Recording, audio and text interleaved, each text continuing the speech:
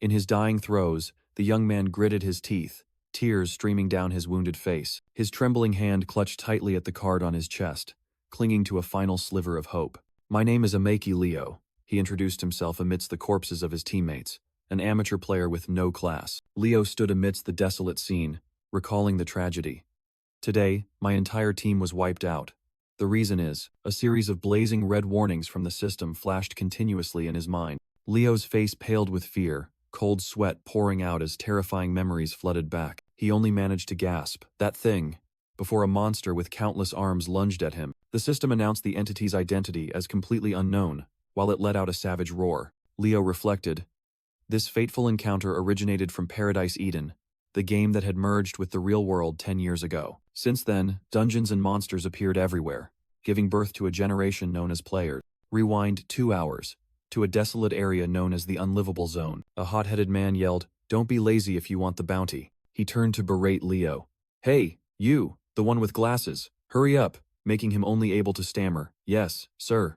2 other players whispered behind his back, disdaining the fact that an unclassed individual was on the team just for his escape experience. What a pain, Leo thought to himself as he quietly adjusted his glasses. The place they were in was the unique dungeon, Nunkamine. This was an extremely dangerous B-rank dungeon, with generous rewards, but no one had ever cleared it. Leo knew that well, because it was in this very place that he had escaped to become a player but failed to awaken a class. "So, I've been stuck as a guide here for years," he thought bitterly as he watched the team celebrate. The B-rank mage Luca, the leader, turned and asked, "Amike Leo, what's the situation?" And Leo professionally replied, "Sir Luca, we are in an ideal position." Amike Leo presented the initial plan. The area between Sotabarai and the city center only has weak monsters but is rich in resources. We can make a fortune. But Luca brushed him off, confidently declaring, "All right, head straight to the city center. We'll clear this B-rank dungeon in one go." Leo froze, thinking in horror. The city center? He can't be serious. "I have no interest in throwing my life away." The blonde mage casually ordered, "Come on, lead the way," while Leo hastily tried to dissuade him. "Please wait," he desperately explained. Non-Cumany is no ordinary B-rank dungeon. With information about the city center being 10 years old, there's no way we can clear it. I believe we should gather data on the monsters there first. But his advice was met only with silence and the cold backs of the entire team. Suddenly, a strong force sent Leo flying backward, making him fall painfully onto his back. Luca grabbed the guide by the throat, lifted him up, and began to speak. "Listen here, I," with a cruel glint in his eyes, he snarled, "came here to conquer the dungeon. Shut up and do your job, you useless unemployed bum." Choked to the point of suffocation, Leo could only gasp with difficulty. I'm sorry." Luca threw him hard to the ground, uttering contemptuous words. "You're only being treated specially because of your escape experience." Though outwardly he assented, "Yes, let's proceed to the city center." In his mind, Leo was already plotting. "Damn it, I have to find an opportunity and bolt." Just then, a cold, sharp blade was suddenly pressed against his face. Luca leaned down, his voice full of menace. "You're not plotting anything, are you? If you don't lead the way, you're worthless. Understand?" Completely losing the will to resist, Leo stammered in fear. "Ah, yes, of course." Luca's hand tightened on the sword hilt, a sign that the situation was worsening. He stood up, contemptuously dusting off his hands as if he had just touched garbage. "Cha, how disgusting. You've dirtied my hands." Mocking laughter echoed from his teammates, and Leo, sitting on the ground, gritted his teeth with determination. "Damn it, I have to find a way to escape from here at all costs." Finally, the team arrived. Before them lay a desolate, ruined city, the central district. Standing before the site, Luca merely remarked indifferently, "I don't see any difference." In his heart, Amike Leo scorned, "Idiot, this place is a monster den. I'll bolt when the fight starts." Suddenly, a team member screamed as a B-rank monster appeared amidst the rubble. Soon, the entire team was surrounded by a horde of giant monsters, snarling and charging. Luca merely smirked, flames erupting in his hand. "Calm down, everyone." He unleashed a destructive blow, arrogantly declaring, "They're just B-rank, an easy win." Witnessing the scene, Amike Leo couldn't help but admire the near A-rank power of a B-rank mage. He secretly envied that power, but then suddenly sensed something unusual. A green aura enveloped Amike Leo as his detection ability suddenly reacted violently. He whispered to himself, his intuition telling him a terrifying monster was approaching. Returning to reality, Amike Leo frantically ran to warn Luca. "I'm detecting something extremely large approaching. We should leave here quickly. Luca brushed him off, contemptuous that an unclassed individual dared to speak of detection. Just then, the ground beneath their feet began to crack with strange flashes of light. The entire group panicked as they realized the ground was collapsing. The ground shattered, throwing everyone down into a dark abyss. As soon as they hit the ground, Luca grabbed Leo by the collar, roaring, "You led us into a trap, didn't you? I'll kill you." But everyone's attention was quickly drawn to a giant, multi-armed entity with glowing red eyes in the darkness. Leo realized in horror that his detection ability had completely vanished. Luca threw him to the ground, temporarily setting aside the punishment to face the new threat. A ghostly voice echoed from the darkness, asking eerily, "Hey, you humans, shall we play a game?" The female boss monster finally revealed herself, sitting on a ruined throne, making the entire team realize their true mission. The quest board appeared. Annihilate the unidentified object and claim the hidden treasure. An arrogant fire mage unleashed a spell, roaring, "I'll burn everything to ashes." In the past, Leo could only utter a confused, "Huh?" After the devastating attack, the target vanished. Luca asked skeptically, "Did it evaporate? Did he take care of it?" "It's definitely still around. Everyone, stay alert," Luca yelled as a gigantic, shadowy phantom vaguely appeared behind them. A white-haired player broke out in a cold sweat, sensing a terrifying surge of killing intent. The multi-armed monster landed on the ground, its eerie voice echoing, "You naughty thing. Don't be a coward. It's nothing special." A shoulder-armored swordsman roared, charging into a deathmatch with his teammate. But his attack was easily blocked by an arm covered in stitches. The female monster grabbed the attackers, giggling, "He, shall we play a game? So much fun," she roared with a savage laugh as she crushed them. Leo slumped to the ground, horrified by the sight. Did she kill all of them? He quickly activated his analysis skill, but the results returned were empty. Species, level, abilities, all unknown. What the hell is going on? Leo desperately yelled as he was sent flying by a surprise attack. He was thrown straight into a wall, the impact cracking it. Leo slid down to the ground, utterly helpless against the enemy. Amidst the scattered bodies, the female monster suddenly paused, as if she had found something. "I smell a familiar scent." She licked her lips suggestively. From the ground, Leo trembled as he looked up, his gaze meeting the monster's glowing red eye. The female monster bent down, whispering into the ear of the screaming boy, "Daddy, is that you?" Leo's mind races in denial. "I have a daughter this old? No, that's absurd." The monster's voice echoes his worst fears. "Found you, Daddy," forcing Leo to tell himself to keep a cool head. Sweating profusely, he pushed up his glasses, reassuring himself, "I have a way out of this mess." "Oh, that's right," the monster calling herself Suzuko exclaimed, "Daddy, let's go home."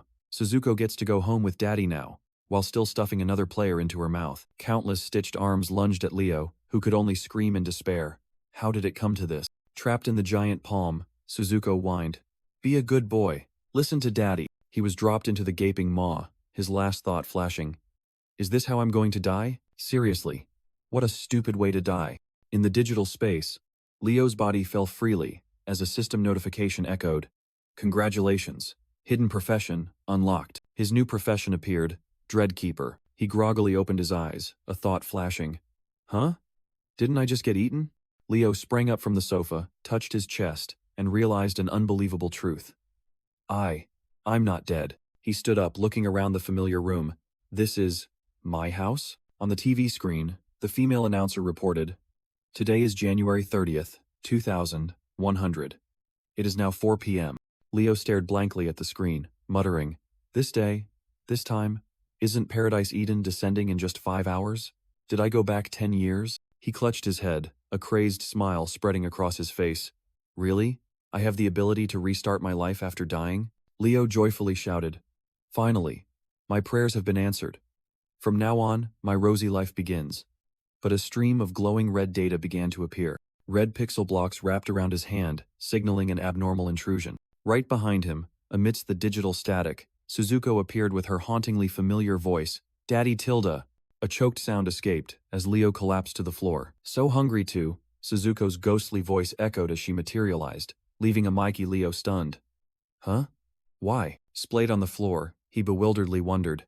"What is happening?" Countless stitched arms reached out to grab Leo, Suzuko whispering, Daddy sent Tilda." Horrifying memories flooded back, Leo despairing. "Damn it. I'm about to be eaten again." Suzuko's sharp fingers extended, ready to snatch her prey. She held Leo tightly, licking his cheek with delight, savoring Daddy's scent. Lifting him in her palm, Suzuko innocently asked, "So, what's for dinner?" Suzuko is hungry. What the hell? Leo broke into a cold sweat at the monster's urging. Give food? To escape he yelled, "Calm down, I'll do something," and received an eager reply. All right. Before a mountain of fried chicken, Suzuko tilted her head curiously. What is this? With a forced smile, Leo presented his offering. All of this is for you, Suzuko tilde. The monster cheered with joy, embracing her tiny daddy. Love you, daddy. Suzuko rubbed her cheek against Leo, leaving the young man frozen in fear. He still couldn't believe this insane reality. Is this an illusion or something? Without hesitation, one of Suzuko's arms reached for the steaming bucket of fried chicken. She began to devour the lavish meal with relish. While Suzuko was engrossed in eating, Leo thought to himself, if she eats this much, she'll surely be full. Suddenly, a system panel appeared, startling him. Huh? I have a profession.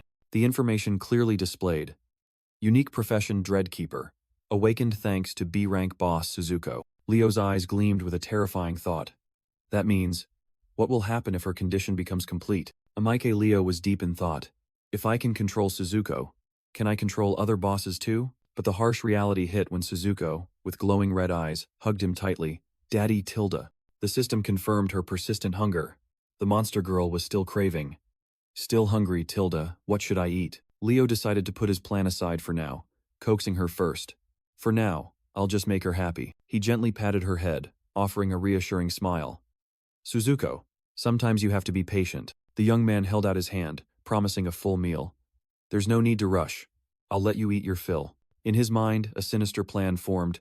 Play the role of a good father, help Suzuko mature, and clearing the dungeon will be as easy as pie. Leo's small action caused a strong reaction, Suzuko uttered in confusion. Daddy patted my head. He was completely stunned by her expression. Overjoyed, Suzuko lifted Leo up in a tight hug.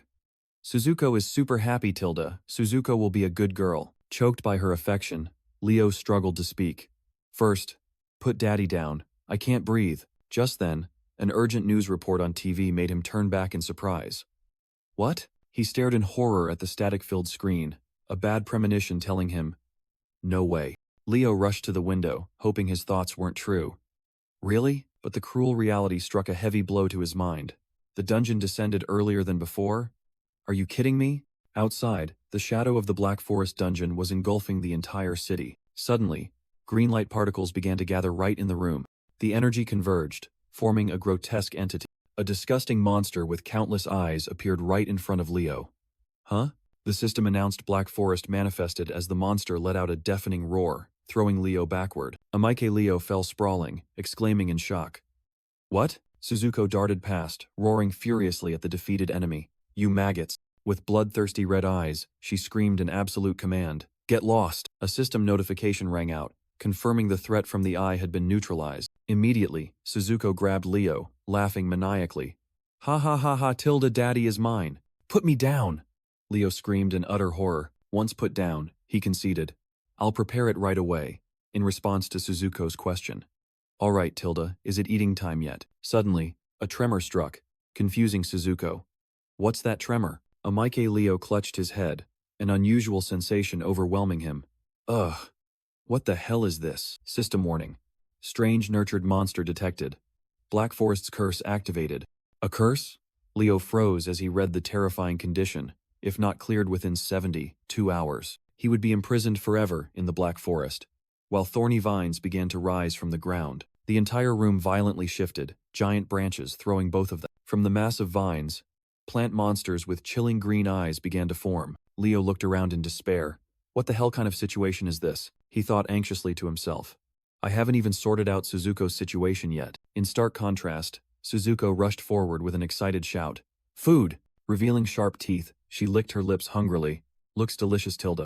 Without hesitation, Suzuko swung her countless arms towards the horde of plant monsters. Suzuko charged into the plant monsters, countless arms flailing in a frenzy. An experience point notification appeared as she stuffed her prey into her mouth. A delighted roar echoed, as Suzuko's hunger bar began to skyrocket. Super, delicious tilde, she whispered, gaining a new skill, wild transformation after her feast. With a slam of her hand on the ground, Suzuko easily swept away the remnants of the monster. Watching the scene on the screen, Amike Leo smiled. So that's it. She can satisfy her hunger by eating monsters. But his joy was short-lived, as he had to face the curse again. Also, I need to do something about this curse. He realized the absurdity of the situation. This is the Black Forest dungeon. I should be somewhere else. Leo's eyes flashed with determination as he identified the only variable. The difference is that Suzuko is here. Just then, Suzuko innocently offered, "Daddy Tilda wants some to eat," making him only able to refuse. "No, Suzuko, you eat it." Suddenly, a sinister smile appeared on the monster girl's lips. What if? Leo's thoughts suddenly became clear amidst the encrypted space.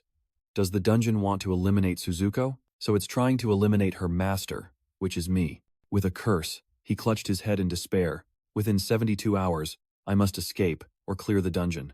Mikey Leo collapsed under the pressure. How can Suzuko and I handle this entire giant forest? Suddenly, a surge of killing intent struck, making him exclaim in surprise. What? In front of him, a giant plant monster had appeared towering at some point. No way. At that critical moment, Suzuko roared "Daddy" and activated her new skill. A barrage of sharp plant blades shot out, sweeping away everything around to protect the young man. Suzuko exclaimed with delight. Not bad at all. As the emerald vine swept across the battlefield, she turned back, asking with concern, "Are you okay, Daddy?" To which Mikey Leo proudly replied, "I'm fine. You did great." Mikey Leo smirked, realizing. So Suzuko has absorbed Kyo's skill. Suddenly, blue orbs of light began to form around him, surprising him. It's starting to glow? One of the vines suddenly lunged towards Mikey Leo, who frantically yelled, "Careful! Stay away from it!" The out-of-control vine crashed into a tall building, causing a terrifying explosion. The scene shifted to the past, 24 hours after the Black Forest descended upon Naru's city, where giant trees had swallowed the entire metropolis. Amidst the ruins, Luca stood up to reassure the crowd. "Don't be afraid. I know the enemy's weakness," he confidently declared. "Because I used to be a beta tester. Everyone, follow my orders." But immediately after, the crowd panicked and scattered as a new threat emerged. Luca was stunned, sweat pouring down as he identified the enemy. That's a level 2 Kyo? Before him was a giant plant monster, roaring with overwhelming power. Luca's followers screamed in despair. "What the hell is this? It's completely different from the previous ones." Luca tried to stay calm, yelling, "Calm down. There's a way to deal with this." He took a deep breath, gathering all his strength. Then he looked up at the sky and shouted, "Wielder of a class." A beam of blue light descended from above, aimed directly at the monster. The powerful energy stream tore through the ground, engulfing the level 2 Kyo. On a rocky outcrop, Hayashi Miki, an F-rank mage, appeared and calmly remarked, "So this is a level 2 Kyo?" Hayashi Miki looked at the fallen level 2 Kyo, making a cold remark. "Easy as pie." Meanwhile, Luca stood on the monster's corpse, raising his axe and exclaiming, "See, what did I tell you? If you follow my orders, it'll be an easy victory." The crowd below cheered excitedly, hailing the girl who had saved their lives. Miki quietly adjusted her hat, thinking to herself, "This guy is really good at manipulating people. We've only known each other for a day." Suddenly, two other plant monsters lunged out of the darkness, knocking the mage down. Saved by a mysterious surge of energy, Miki sat on the ground, cautiously asking, "Who are you? Why did you save me?" Luca appeared, standing on the corpses of the recently defeated monsters. "I'm gathering allies to clear this dungeon. People with classes like yours are especially valuable." He smiled confidently, extending his hand. "I am Luca, a beta tester. Interested in becoming a hero with me?" Miki stood up, looking at the man before her with skeptical eyes. As if a normal office worker like him could become a hero. "The monsters are getting stronger and stronger," she concluded in her mind. Clearing it won't be as easy as Luca says. Back in the present, Suzuko was enjoying her new power, controlling a giant branch that reached high into the sky. So fun, Tilda, amazing. Held tightly in Suzuko's countless arms, Mikey Leo thought to himself, "Suzuko saved me, but..." While the innocent monster girl asked, "Daddy, can we do it again?" Horror surged. Leo despaired. "At this rate, I'm going to die." Just then, Luca's voice from the past echoed in his head. Memories of Luca 10 years ago suddenly flooded back, and Leo smirked. Clearing the dungeon with him might not be a bad idea. Suddenly, a violent tremor startled both of them into alertness. From below, a swarm of plant monsters was climbing the tree trunk, making Suzuko cackle savagely. "Food!" The small monsters rushed towards a larger monster, and Suzuko merely licked her lips. "Looks delicious, Tilda." Mike Leo, on the other hand, turned pale with fright. "They're climbing the tree?" On the ground, the group of survivors also looked up in horror at the shaking giant tree. not understanding what was happening. Hayashi Miki wiped her sweat, thinking to herself, these people overreact to everything. Meanwhile, Luca looked up at the sky in horror, yelling, "This is bad." The giant tree trunk began to twist, and then snapped in half with a sky-shattering roar. Witnessing the scene, Luca frantically called out his teammate's name, "Hayashi Miki!" Hearing the shout run, Miki bewilderedly wondered, huh? Just before disaster struck, a massive block of wood and rock plummeted straight to the ground, creating a terrifying impact. Dust billowed, engulfing a corner of the city in ruins. Amidst the desolate landscape, Amike Leo regained consciousness, stunned. "I'm still alive?" A voice echoed from above, carrying a familiar feeling. "Hey, kid." Immediately, Hayashi Miki grabbed Leo tightly, warning, "You'd best not move." Faced with the awkward situation, Leo stammered, "This was just an accident." Miki growled accusingly, "Did you chop down that tree?" But Leo quickly denied, "You misunderstood. It was just a coincidence." Suddenly, a cry of "Daddy" rang out and a strong force threw Miki to the ground, leaving her stunned. "What now?" From within the smoke, Suzuko emerged in her multi-armed monster form, cackling eerily. "Found you, Tilda." Both Hayashi Miki and Amike Leo were frozen, staring in horror at the giant creature before them. Amike Leo quickly spoke up, trying to de-escalate the situation. "Suzuko, all right, now." But Hayashi Miki had already sprung to her feet, blocking him and declaring, "Leave it to me." Her eyes burned with determination. "Heroes don't run. I'll protect you from this monster." While Miki aggressively confronted Suzuko, Amike Leo behind her tried to intervene in vain. "It's okay." Suzuko looked bewildered by Hayashi Miki's confident provocation. "Come on." Amike Leo was stunned, his inner thoughts screaming, "What the hell is going on?" She's mistaken Suzuko for an enemy. Without a word of explanation, Hayashi Miki charged forward, blue energy erupting violently. A furious magical vortex engulfed Suzuko's body. The monster entity was imprisoned in an icy cage, seemingly completely subdued. "Careful!" Amike Leo yelled in despair, realizing something was wrong. Suzuko merely tilted her head in question, completely unfazed by the ice sword plunged into her back. Noticing an opening, Hayashi Miki roared and unleashed a finishing blow. "Gotcha," she smirked triumphantly. The attack was nullified, and Suzuko retaliated with a blue light that sent Miki flying, then turned to Leo and asked, "Daddy, are you worried about me?" "It's not that I'm worried about her." Amike Leo mumbled, then rushed towards Miki. "Hey, are you all right?" The young man was extremely worried, secretly praying, "I hope she's not dead." Fortunately, Hayashi Miki was only unconscious after the counterattack. "What do I do now?" Leo wrung his hands in frustration, when Suzuko leaned in close, sticking out her tongue to ask, "Can I eat her?" "You can't eat people," Leo stated firmly. Helping Miki up and realizing she was a member of Luca's group, a plan flashed in his mind. "If I save her, Luca will let me join his group without any hassle." But the plan had a fatal flaw. He turned to Suzuko. "But it'll be ruined if they find out about you." "Suzuko, I need a favor. Can you hide for a while?" Amike Leo pleaded. Suzuko tilted her head in question. "Why?" While Leo just smiled meaningfully. "Why else, Tilda?" Amike Leo smiled brightly, promising, "If you hide well, I'll treat you to a delicious meal." Suzuko revealed her monstrous form, eagerly. "Really? I'll hide very well." While Leo reassured her to wait patiently. A glowing green eye, the symbol of the curse, began to fade. Leo was startled, realizing, the curse has weakened.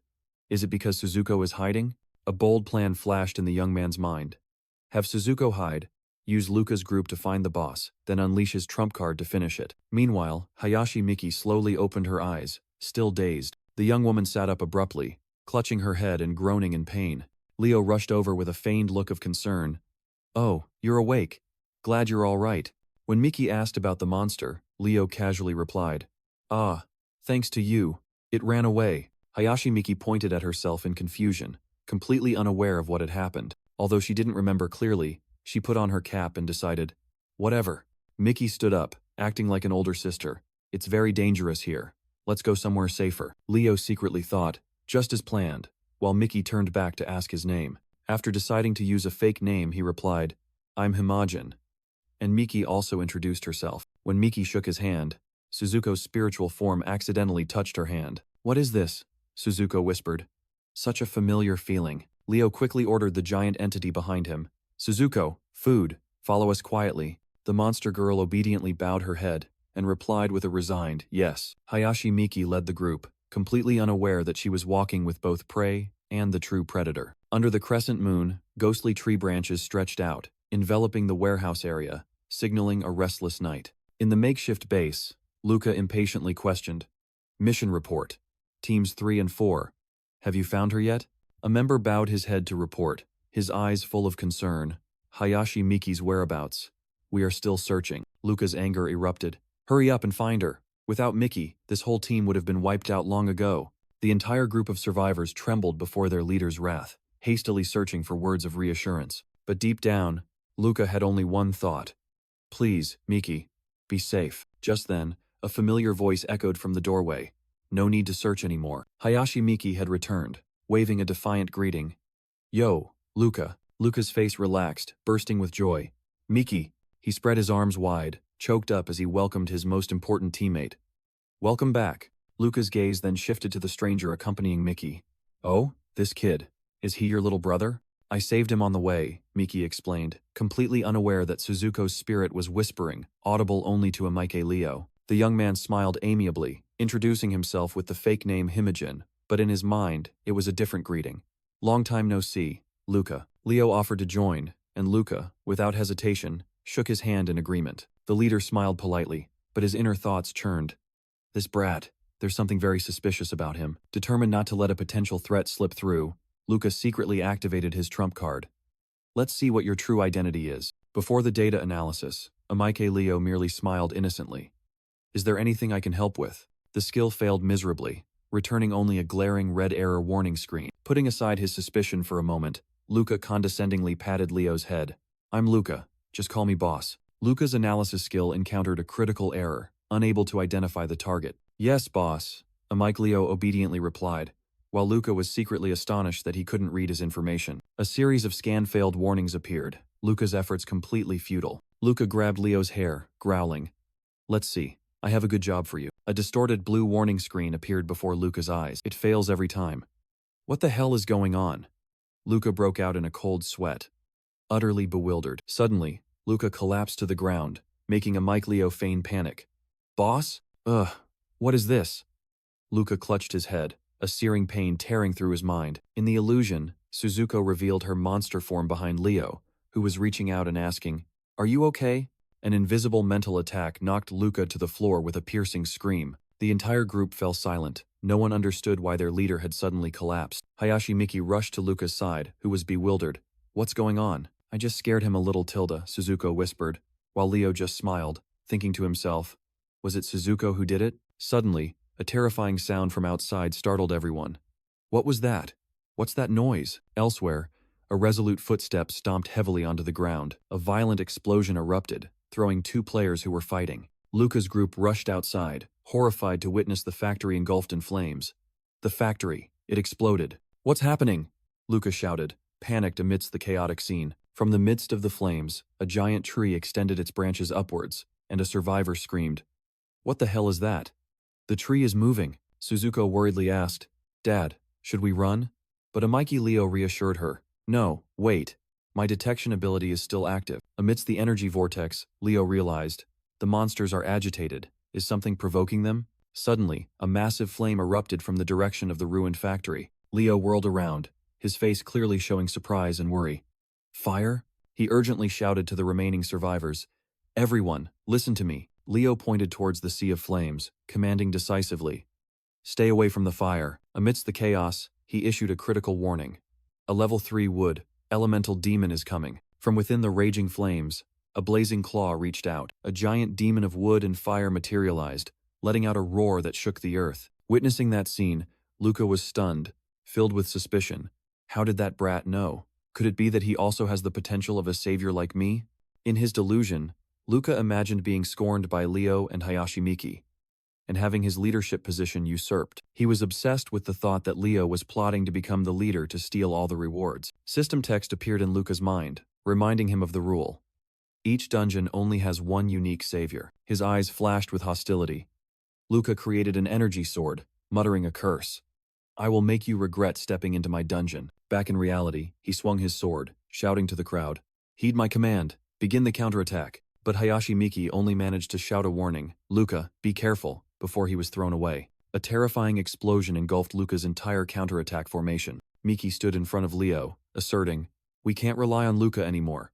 Himajin, get everyone out of here." She grabbed the young man's collar, growling, "Understand?"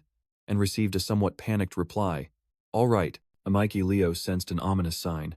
This is really strange.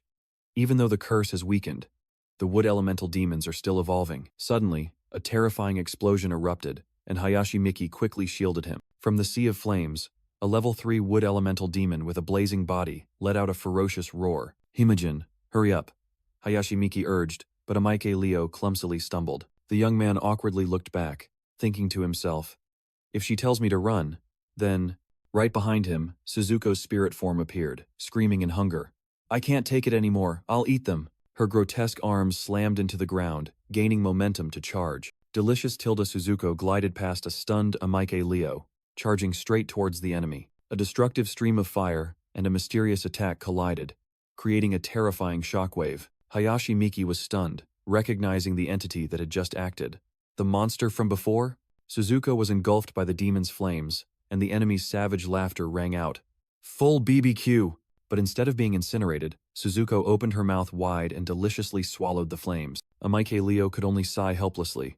"Suzuko, Dad is in danger, and you're only thinking about eating? The curse will get stronger again." He suddenly remembered his only ability, a rookie with the synchronization skill. A humorous flashback appeared, confirming that he could only tame boss-level monsters. An idea flashed in Amike Leo's mind.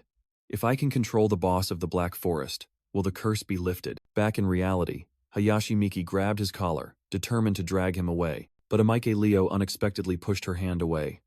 "Miki, now is your chance. Run." His eyes became resolute. "While the monsters are distracted, I'll go defeat the boss. This is a gamble," Amike Leo shouted, his eyes blazing. "Luca definitely knows where the boss is." Hayashi Miki warned about the evolving wood elemental demons, and both decided they had to find Luca immediately. "Hold on tight." Hayashi Miki unleashed her strength, scooped up Amike Leo, and shot off like an arrow. Meanwhile, in the underground ruins, a ghostly figure with long silver hair exclaimed, "I've found you, Tilda." The entity gently touched a shadowy figure, its voice whispering a single word, "Dad." Amidst a sea of carnivorous flowers, the giggling of the silver-haired female monster rang out, signaling the presence of the true boss. Elsewhere, Luca's group stood on monster corpses, confidently declaring they had found the enemy's lair. Luca smirked to himself. He only cared about the reward, and was ready to abandon that brat to clear the dungeon alone. Suddenly, a severe headache struck, causing the entire group of survivors to collapse. Even Luca was no exception. He was stunned by the invisible attack. What the hell was that? The source of the chaos was a ghostly eye, emitting a stream of green psychic energy. Luca's entire retinue was subdued, their eyes now glowing with a deadly blue light. "Don't panic," Luca yelled, trying to calm those who were once his comrades. Despite the danger, greed fueled by the enormous reward, Luca challenged. "Bring it on," one person in the group frantically questioned. "Facing a level 3 monster, how can we possibly win?" His pride wounded, Luca's eyes flashed with a cruel, murderous intent towards the one who had just dared to doubt him. "What an eyesore," he muttered, then proceeded to kill his own comrade to everyone's astonishment. Immediately after the cruel act, a system notification appeared, offering Luca the chance to acquire a new profession. The remaining people stared in horror at their blood-stained leader, stammering, "Sir Luca, what have you done? Killing a wood elemental monster only gives a few hundred points, but killing a mere NPC gives 1,000. If I can't defeat the boss, then I'll just take points from all of you." A crazed smile appeared on Luca's face. "Is it here, Miki?" Amike Leo asked, both looking down at the traces of a fierce battle. "He's gone mad. Run!" Hayashi Miki yelled, both terrified by the scene before them. She dashed away, but instead of running away, Hayashi Miki charged straight towards Luca, who stood amidst a battlefield of corpses. "Luca!" she screamed, facing her former comrade who was gripping the neck of the last survivor. "You've misunderstood, Miki," Luca replied with a twisted smile. "You promised we'd clear the dungeon together. You're killing your comrades. You've lost your mind. They're the crazy ones," he calmly replied. "Can't you smell the flowers?" "What about the smell of flowers?" Hayashi Miki asked, confused, sweat beading on her forehead. "Breathe it in, and you'll become the boss's minion. That's why I have to kill them." Luca's hand tightened around the hilt of his sword. "Miki, actually, I'm a minion too now. You have to kill me. How did it come to this? Can't we defeat that boss together?" She desperately grabbed the sharp blade. "No way." Luca brushed her off, but Miki grabbed his shirt, yelling, You're a beta tester, aren't you? There has to be another way, right? Don't give up, if you don't kill me, Luca said in a low voice, his face hidden in shadow. There's still another way. He pulled her closer, whispering, that is, I'll kill you. Luca's eyes glowed with a deadly red, revealing his true nature. Hayashi Miki screamed in horror as a deadly beam of light pierced through her. Luca cruelly pinned her to the shattered ground with his sword. Luca, you, she whispered, but the madman only roared, you're just an NPC. How dare you lecture me, the protagonist. He pressed down hard on the sword, yelling, I saved you because I wanted a high-tier profession. Too bad, Mickey. At least you can fulfill your final role. Luca activated a card, and the system coldly asked, target still alive. Forcibly seize profession card? A stream of green energy was violently ripped from Hayashi Miki's body amidst her screams of pain. Unbelievable. An S-rank profession, Luca exclaimed joyfully as the golden card flew into his hand. Suddenly, a voice rang out, Miki, wait, startling Luca. That voice? Amiki Leo had just arrived, frozen at the sight before him. What's all this noise about? He broke out in a cold sweat, stammering, huh? Did I come at a bad time? It's you. Perfect timing. Luca smirked, holding out the card he had just stolen. Amike Leo forced a laugh, waving his hands frantically. What are you talking about? It's useless, you fool, Luca sneered. I'm a much better actor than you. Noticing Luca's strange behavior, Amike Leo secretly decided, poor Miki, but I have to get out of here. But Luca blocked his path, his entire body erupting with a terrifying aura. You're not going anywhere. Bound by an invisible force, Amike Leo was horrified. How can this be? Luca doesn't have a profession. I thought you were aiming to usurp my position, Luca said smugly. But I didn't expect you wouldn't even glance at Mickey's S-rank ability. Amike Leo was utterly bewildered by the madman's words. What is he talking about? Mickey's S-rank? This is the first I've heard of it. Luca's crazed smile filled the frame as he revealed. The reason the dungeon changed is because both of us are saviors. Amike Leo was stunned. Countless types of travelers flashed through his mind.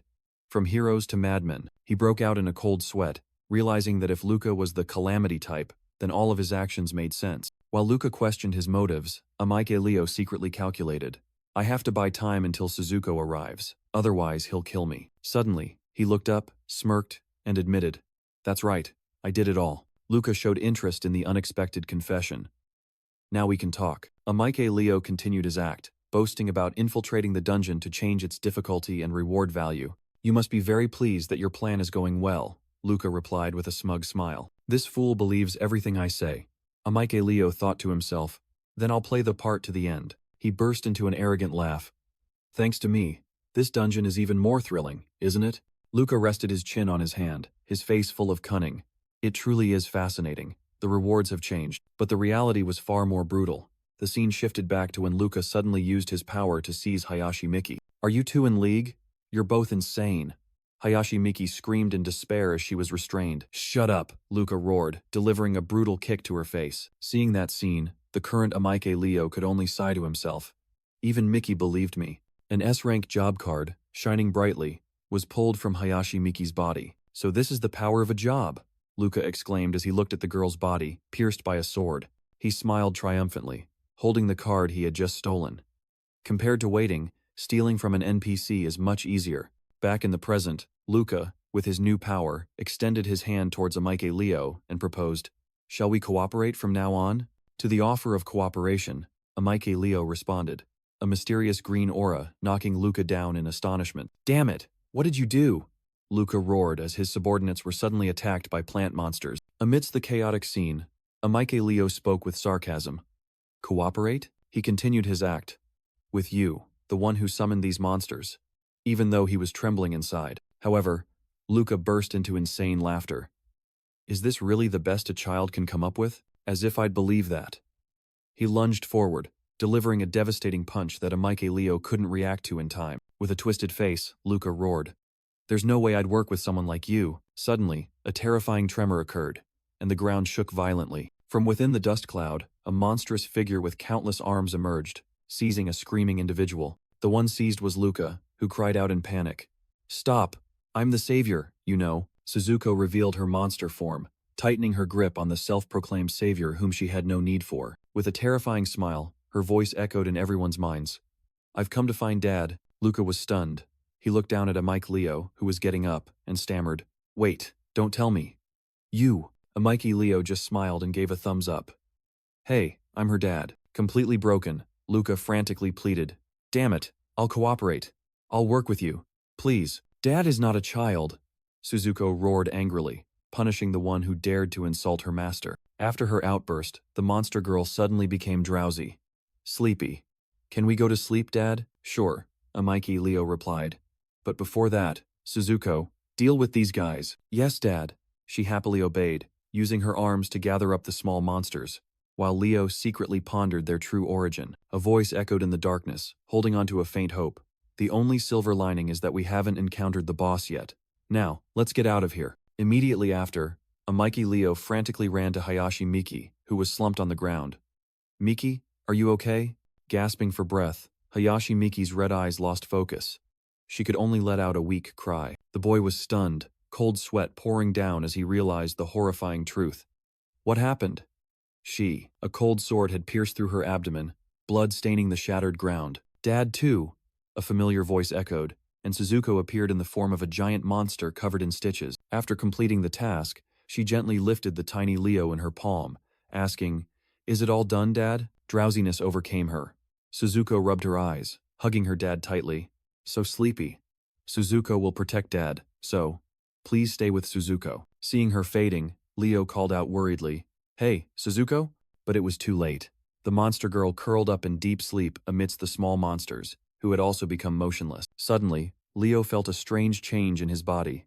Even my curse had also disappeared, the dark tentacles vanishing into thin air. A ghostly voice echoed from the plant entity hanging upside down from the ceiling. "Unaffected by me. That explains why that girl calls you Dad." Facing the true boss of the Black Forest, Leo didn't hesitate to activate his skill. Synchronization. Activate. The chosen ability transformed the boss into a new enemy, C-rank high-grade boss Whispering Flower. It cackled, "Both of you are my prey." The auxiliary skill was activated immediately after. Phantomization, with a duration of 20 minutes. Leo's body became transparent like a ghost, easily evading the monster's attack. "I can escape." But what about Suzuko? He realized he couldn't leave her in this state. But the boss, Whispering Flower, saw through everything, its voice mocking. "You can't escape, you know?" Whispering Flower chuckled sinisterly.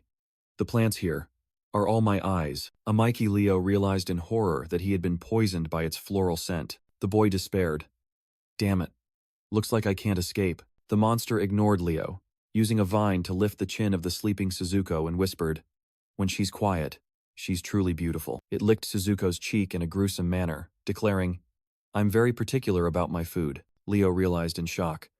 From the very beginning, it was targeting Suzuko, not me. Whispering Flower confirmed. "That's right. I must continue to evolve to regain his favor." When Leo questioned it, the monster roared angrily, "Don't you dare insult him." In its mind, an image of a powerful entity appeared, the god of monsters. It turned to Leo, contemptuously. "You, who merely raise a monster, are just an imposter." Leo was stunned. "It even knows I'm a keeper?" "Suzuko is his daughter, yet she calls you Dad," it said enviously. "You want to imitate him? How ridiculous," Whispering Flower scoffed. Suddenly, Leo seemed to understand something. Rather, the reason I was created to raise monsters," he smirked confidently, "is to be food for you, isn't it? Why didn't you say so sooner?" Leo's unexpected reaction made Whispering Flower pause slightly. It transformed into a giant shadow form, delivering an ultimatum. "If you become my slave, you won't have to die." Leo burst out laughing. "Ha ha ha, that's a great offer." But then he raised his middle finger and growled, "But I refuse." The Whispering Flower licked its lips, letting out a savage, gleeful laugh. "You have no say in this," it roared, its oppressive aura enveloping a Mikey Leo. Bound tightly by countless tentacles, the young man realized his phantomization time only had 10 minutes left. "I have to find a way to wake Suzuko." Leo transformed into a blue streak of light, frantically searching for an escape. The boss ordered its subordinates, "Capture it alive for me." In another corner of the battlefield, another player was screaming in despair as monsters surrounded them. "Damn it." Leo gritted his teeth, cold sweat pouring down as the situation grew increasingly critical. Amidst the encirclement, he forced himself to think, is there any other way? Suddenly, Leo noticed Mickey's job card had fallen out of Luca, who lay motionless on the ground. A glimmer of hope sparked. If Luca could use it, so can I. He lunged to snatch the card. But the system cruelly crushed his hope. Job awakening not available.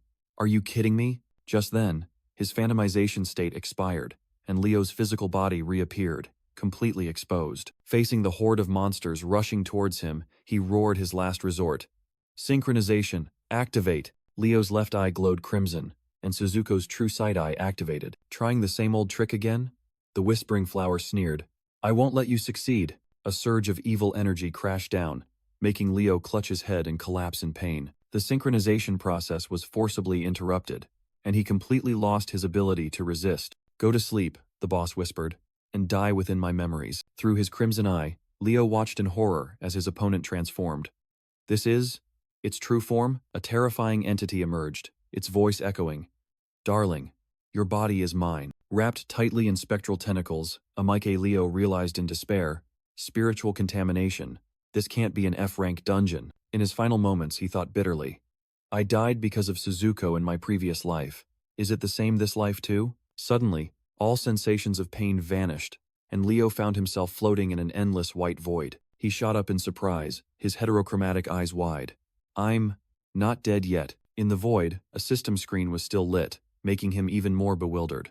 Where am I? An enthusiastic voice echoed from the void, followed by the appearance of a mysterious white door. Without hesitation, Leo decided to approach and open that fateful door. Inside was the sight of a blurry scientist kneeling amidst countless documents, proud of his masterpiece. Leo wondered in confusion. What the hell is this? A memory being projected? The scientist's eyes glowed maniacally. One crimson, one azure, exactly like Leo's. Seeing the scientist's flamboyant demeanor, Leo unconsciously saw an image of his past self. The man shouted loudly, activating a glowing red magic circle amidst the papers. Appear, my masterpiece! A bad premonition struck him, and Leo held his breath. Could it be? From the center of the circle, a small, stitched hand reached out, touching the blood-stained paper. A little girl with long black hair and bewildered red eyes sat up and asked her first question. What am I? The scientist pointed at her and solemnly declared, Listen, your name shall be Suzuko. The innocent girl repeated her name, her red eyes gleaming with curiosity. Suzu-ko. When the scientist extended his hand, the girl unhesitatingly placed her hand on his, and an invisible pact was established. He embraced his creation, whispering, From now on, call me Dad. And the girl happily replied, Dad!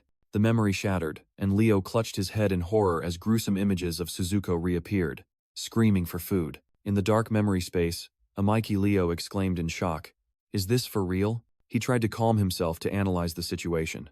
Calm down. In other words, this is inside Suzuko's memories? She looks so different. In the memory, the heterochromatic-eyed scientist smiled. Suzuko, you are Dad's masterpiece. Are you ready? He patted the innocent girl's head, who only knew to ask back, Ready for what, Dad? Ready to save this world with Dad, the scientist declared with a smug look. Suddenly, the memory image shattered into digital fragments before Leo's eyes. He wondered in shock. They're gone. What does that guy from the SGD organization really want? Leo smirked, a premonition telling him. It seems that was just the prelude. A glowing door appeared, and he knew for sure. This is clearly a trap. Even so, he still unhesitatingly turned the doorknob, determined to see it through. As soon as the door creaked open, Suzuko poked her head out, exclaiming, Long time no see, Dad. Suzuko missed you so much. The memory shifted again, and the scientist led Suzuko away. Today, Dad has something to show you. Its name is. He pointed at a flower in a glass cage. The whispering flower. A flower with animalistic characteristic. Leo froze as he realized. That's the boss of the Black Forest? The scientist mused. But it's still missing something. Unlike my perfect Suzuko, it's not complete. A mysterious smile appeared on his lips as he pondered a difficult problem. Seeing Dad troubled, Suzuko quickly hugged him. Dad, Suzuko will help. The girl looked up with clear eyes. Is there anything I can do? Leo observed the scene, while the scientist replied, Thank you. I need your power, Suzuko. But just say if you don't want to, I'll find someone else, the scientist said, and Suzuko quickly replied, I agree.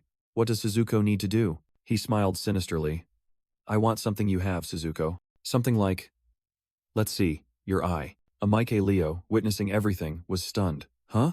Yet, little Suzuko just smiled brightly and replied, Yes. Without a moment's hesitation, the little girl gouged out her own eye. At the same time, Leo let out a desperate scream as his red eye throbbed intensely. With a blood-stained face, Suzuko held out the eyeball and innocently asked, Is Suzuko a good girl? The tormenting pain in his mind made Leo collapse.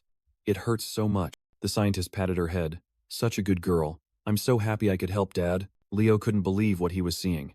This can't be real. The man raised the eye. Now, Suzuko, witness the power from your eye. He ordered a waiting bud-shaped creature.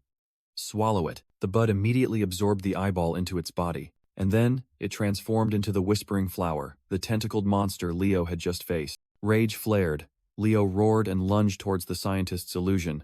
You bastard! How dare you use your own child for experiments? You inhuman monster! He threw a punch filled with resentment at the one Suzuko called Dad. But the punch only passed through the illusion, shattering the figures of the father and daughter. Helpless, Leo collapsed. Damn it! What kind of father is Suzuko's dad? He's just a criminal. Leo clutched his head, growling in extreme pain. Why? Why can I feel Suzuko's pain? In the midst of the pure white space, strange doors suddenly appeared, astonishing him. Soon, countless doors sprouted like mushrooms, turning the place into a chaotic labyrinth. I haven't even touched them, Leo realized in shock as reality slipped out of control. A door suddenly swung open. A blinding white light swallowed him, revealing a horrifying memory. Inside, the image of a young Suzuko appeared, innocently feeding body parts to a monster and whispering, "Grow up fast and strong." From her eyes, arms, legs, heart, to even her memories, everything was taken. Yet the little girl only knew to ask the man in the lab, "Are you my dad?" Back in reality, Mike Leo burst into insane laughter, his body cracking from unbearable pain. He collapsed, screaming in despair as the truth was revealed. That girl, she's just food for monsters? In the memory, a ravaged Suzuko lay in a pool of blood, faintly calling out Dad. The scientist's voice echoed, falsely gentle. Suzuko, are you doing well?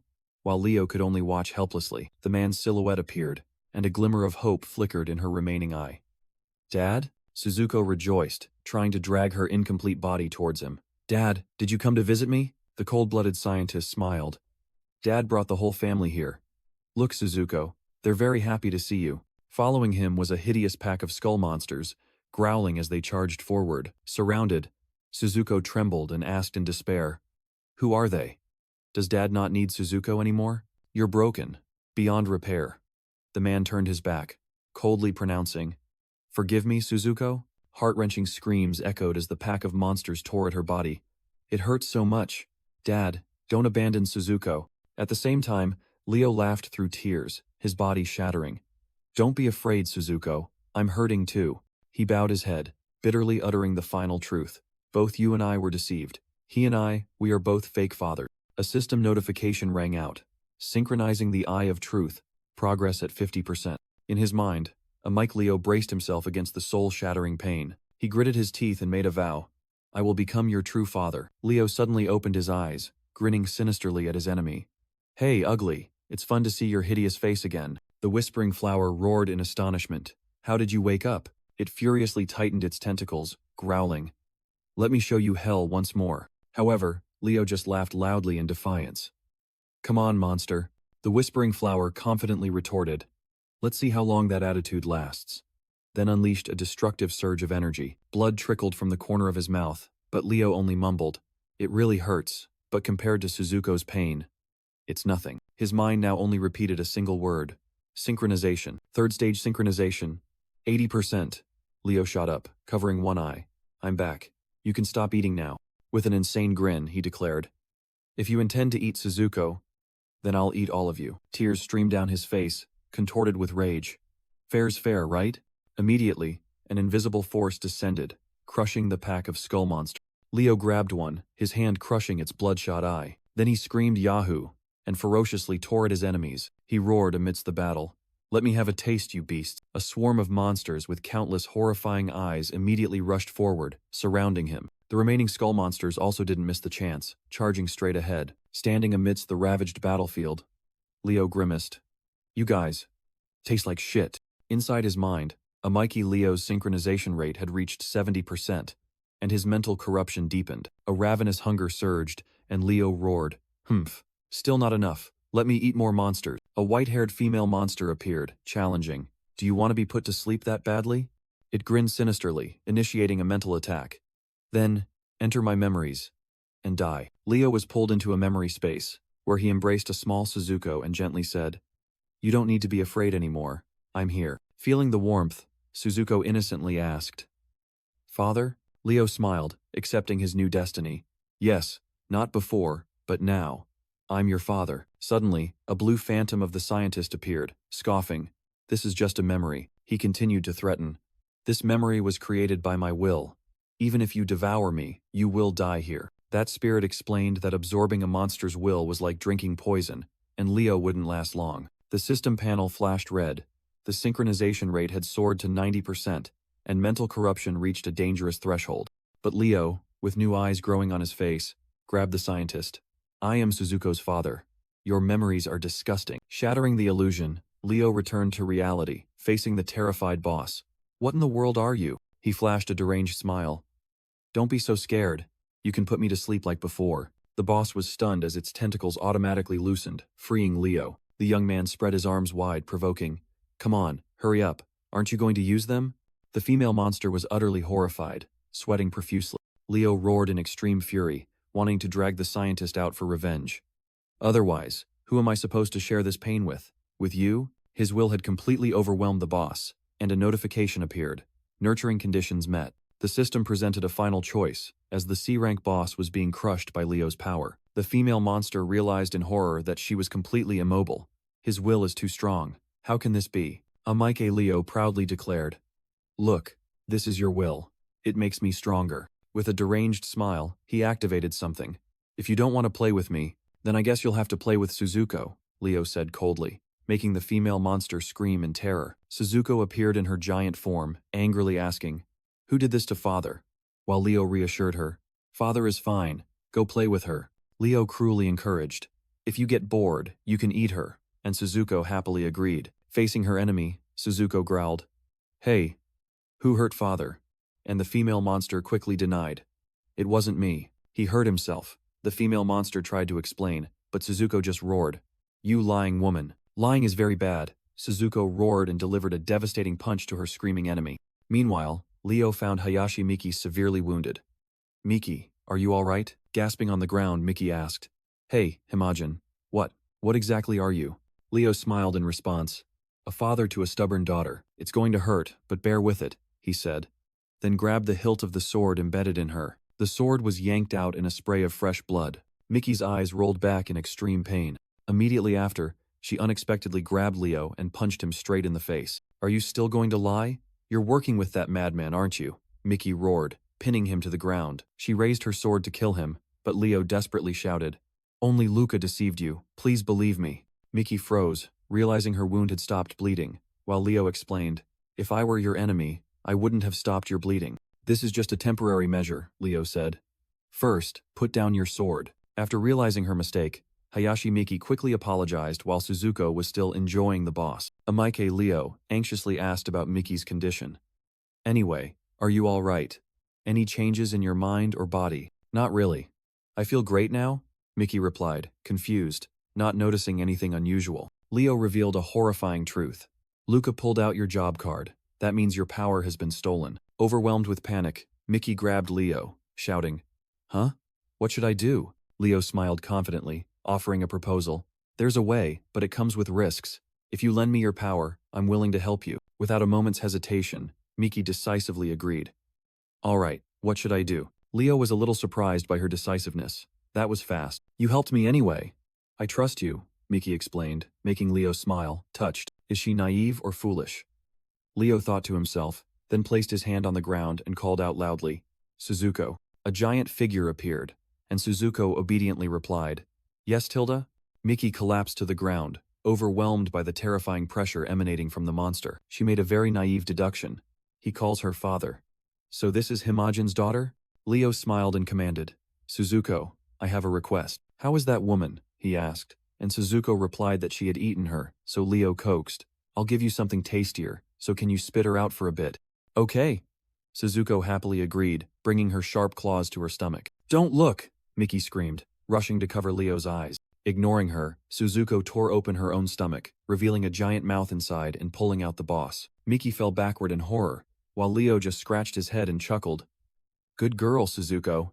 The white-haired boss was thrown to the ground, lying motionless in a puddle of slime, completely subdued. The defeated boss lay crumpled on the ground, trembling helplessly. Leo calmly sat down, but his words were directed at Miki.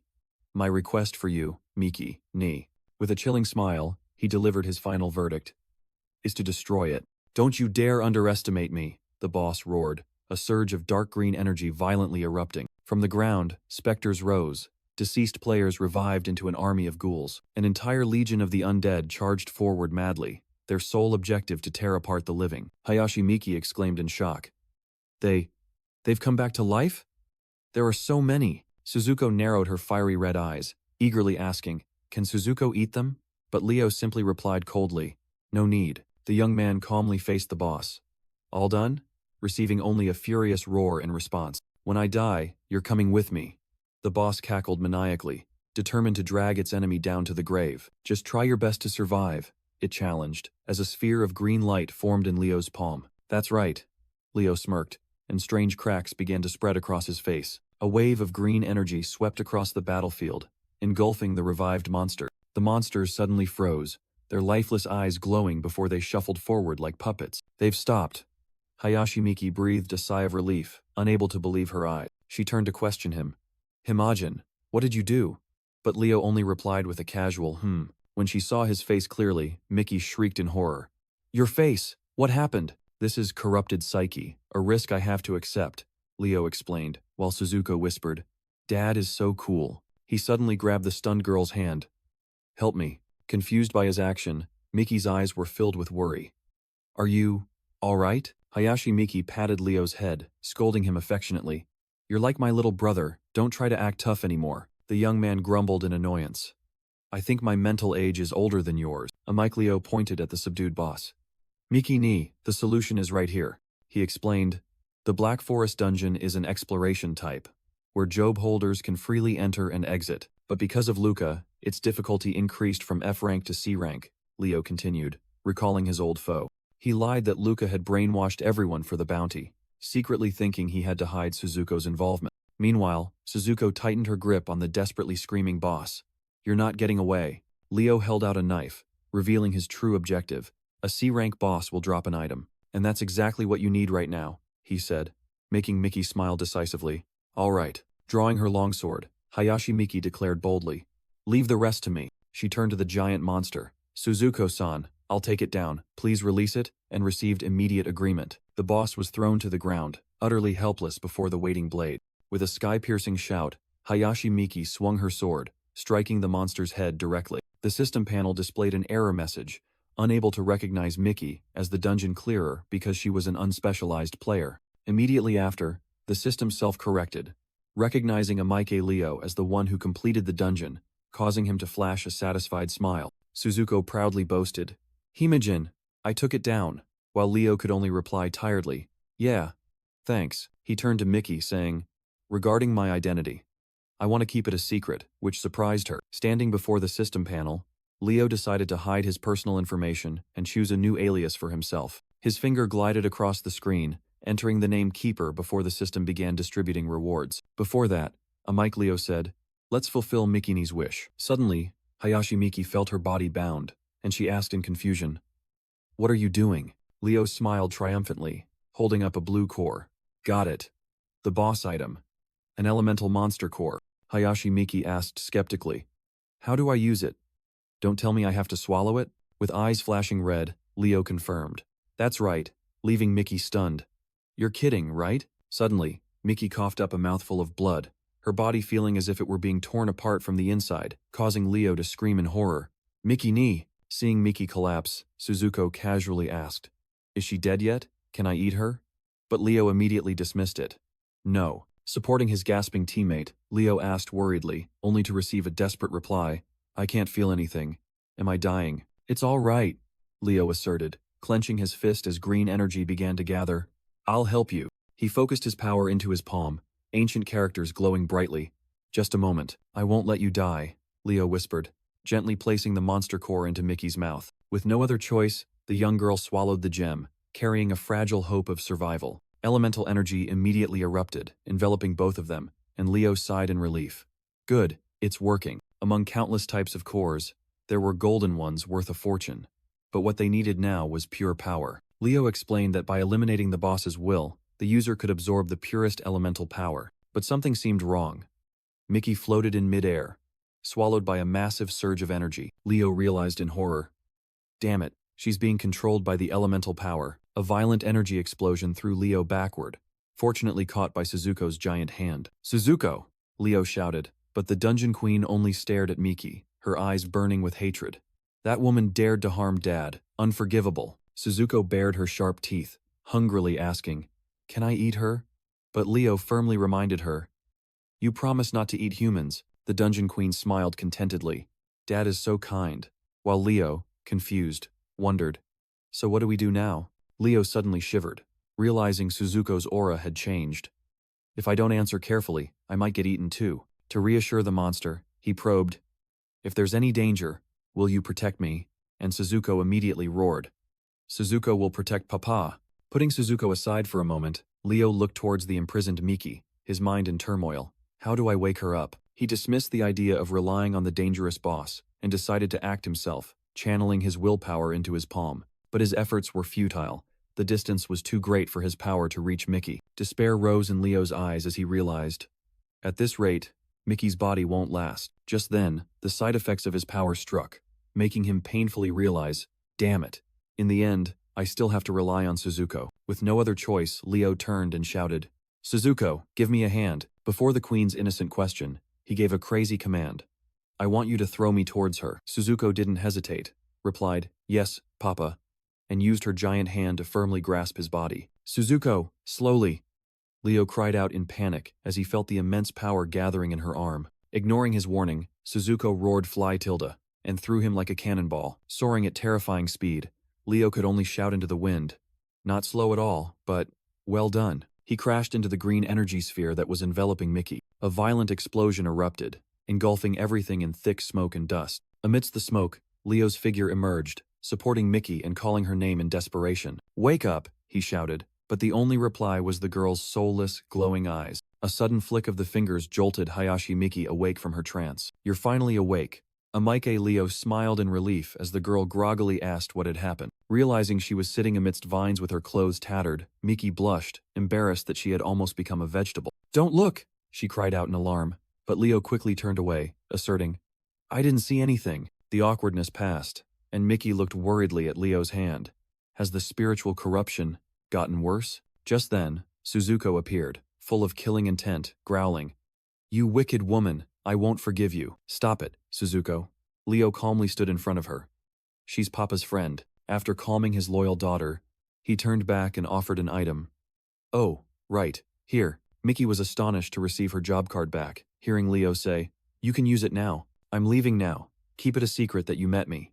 Leo instructed one last time, then prepared to depart with Suzuko. "Wait. At least tell me your name, Miki," in a newly neat outfit, called after him. She sharply questioned, "Your alias and your secrets. Are they all for Suzuko-san?" Her gaze became resolute. "Are you human? Or a monster?" "I'd like to know the answer to that too," Leo replied with a spooky smile as his face momentarily distorted. Carried in Suzuko's arms like a doll, he challenged, "What do you think?" Amidst the tense atmosphere, Suzuko innocently declared, "Papa is Papa," leaving Miki completely bewildered. "My name is Amaike Leo." The mysterious boy finally revealed his identity as he and his guardian faded into the mist. Miki smiled, repeating the name as if engraving it.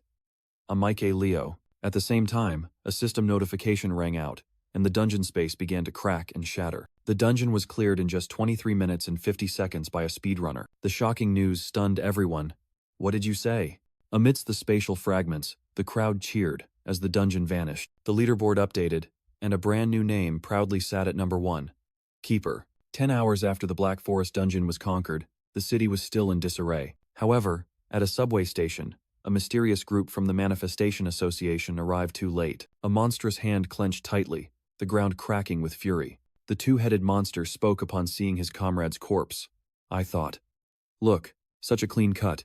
Another member roared, "What a cruel act." The one named Bonerend commanded, "Silence, let me think." He analyzed. The core is gone, a hole in the chest. The perpetrator clearly understands the weakness of spirit monsters. Just then, their leader appeared, coldly declaring, "The Manifestation Association has lost a member." Felmina, the leader, mused. She was the closest to the monster god. She turned to a deformed subordinate. Chell, can you recreate the image from before she died? The one-eyed monster bowed in obedience.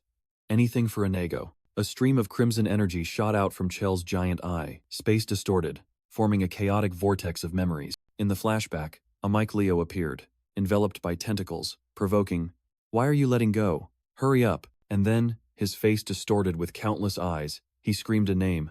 Monster God. In the flashback, a Mike Leo's distorted image screamed wildly, making Felmina cry out, "Monster!" Bonerend exclaimed in shock. "Are you kidding me? She was killed by a human child?" Rage flared. He growled. "He dared to insult the Great One. I swear I will." The memory shifted again, and a giant Suzuko appeared, angrily asking, "Who did this to Papa?" Felmina froze, realizing the monster's identity. The Queen of Destruction called him Papa? The horrified monsters deduced that if a human could keep the queen, then he must be an even higher entity. A flash of insight struck Felmina. She realized that the one who stood above even the monster gods was the leader they had been searching for. Wild hope erupted, and Felmina laughed loudly. "We survivors need a monster like him." The female leader's energy erupted violently, throwing her astonished subordinates away. Regaining her composure, Felmina declared, "I lost my composure. We must contact him, the incarnation of the Great One." She turned to her subordinates and ordered, "Doll, you look the most human. Go and ascertain his motives." A female monster stepped forward, transformed into a splendid lady, and bowed to receive the order. "It is an honor." With sharp eyes, Doll whispered, "Big sister." At the same time, at the Job Holder Association headquarters in Getsuran City, shocking news was spreading. The employees buzzed with excitement over the news of Keeper, the one who had cleared the dungeon at an incredible speed within 24 hours. They debated whether a beta tester could achieve such an extraordinary feat in a mutated dungeon. Standing nearby, Hayashi Miki muttered about the strange name of the rising hero, who was none other than Leo. Suddenly, a woman in business attire approached. "Miss Hayashi Miki?" She introduced herself. "I'm Jenna, from the cooperative. There are a few things I'd like to ask you." At the association, Jenna smiled meaningfully. "It's about the Black Forest. You're from there too, aren't you?" Hayashi Miki flinched, evading. "I've already reported everything," but Jenna focused on one target. "It's about the player Keeper." Memories of a Mikey Leo and the giant monster Suzuko suddenly flooded Mickey's mind. She silently thought about the old promise, that he had entrusted her with the secret of Suzuko to avoid unnecessary attention. Meanwhile, at an abandoned hotel in the heart of the city, strange tentacles emerged from the ground. A Mike Leo sat amidst the rubble, deciding to check his status board after the battle. He sighed upon seeing that his profession, Dreadkeeper, was still at F rank, even though his level had increased, and spiritual corruption was still a nuisance. In return, the dungeon clear reward was a unique C-rank mimicry crystal. Leo couldn't help but be astonished by the rarity of the item he had just received. At his will, the crystal immediately transformed into a sword glowing with green energy. It then transformed into a bow, but Leo pushed his excitement aside to address a more important matter. He recalled the Defiled Eye, an item containing Suzuko's memories, which he had obtained from a terrifying tentacled monster. Leo called Suzuko's name, and she immediately appeared, responding sweetly. "I have a gift for you," he smiled affectionately. Holding the eye that was emitting a reddish-black aura, Leo gestured for her to come closer. He placed the eye on her chest, and Suzuko whispered "Father," as she felt her body become complete.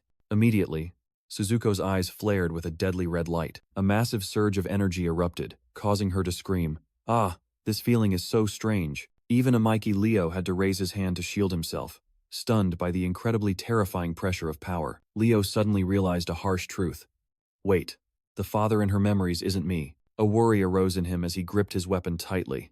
What if she no longer considers me her father? He braced himself, preparing for the worst-case scenario as giant hands reached out for him. However, Suzuko only affectionately hugged him, whispering, "I love you, father," which left Leo dumbfounded, realizing he had worried for nothing. All right, put me down now," the young man cried out in embarrassment, trying to push away the giant face. After a while, Leo decided to check the situation again.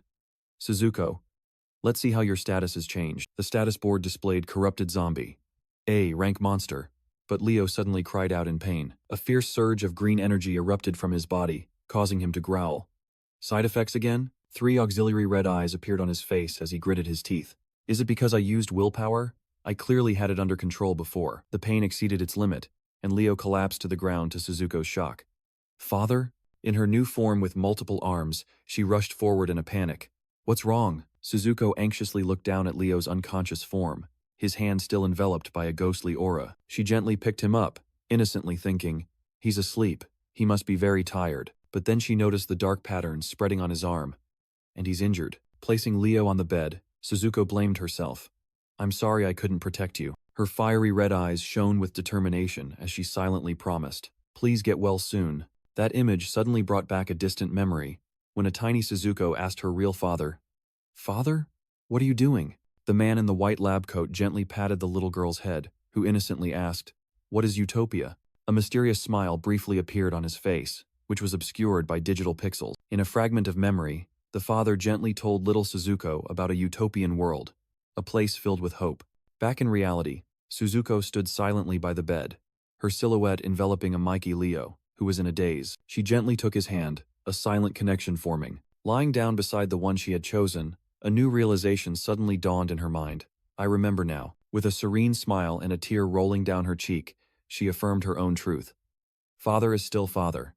Suzuko is still Suzuko. The morning light filtered into the room, signaling the start of a new day. Amike Leo slowly woke up, his heavy eyes opening to a hazy reality. He sat up abruptly, trying to shake off the headache and piece together the fragments of memory from yesterday's horrifying event. He recalled the pain of mental corruption, as an illusion of demonic wings sprouting from his back horrified him. Looking up, he faced an even more terrifying sight.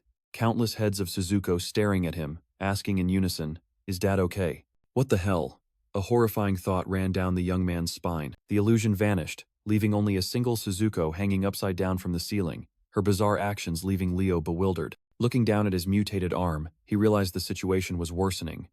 Damn it, I'm starting to hallucinate. Unable to let this continue, Leo meditated, focusing his will to suppress the dark energy invading his body. His eyes glowed green as he poured his entire mind into controlling the chaotic power. And then, the grotesque patterns on his arm gradually faded, bringing a precious moment of calm. Standing up with the tamed energy, Leo realized he could use his old training methods to master this new power. But his brief moment of confidence was shattered by a sudden embrace from behind, and Suzuko's whining call, Dad, die, Tilda.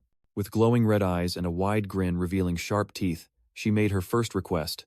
Suzuko's hungry Tilda, hugged tightly from behind by Suzuko.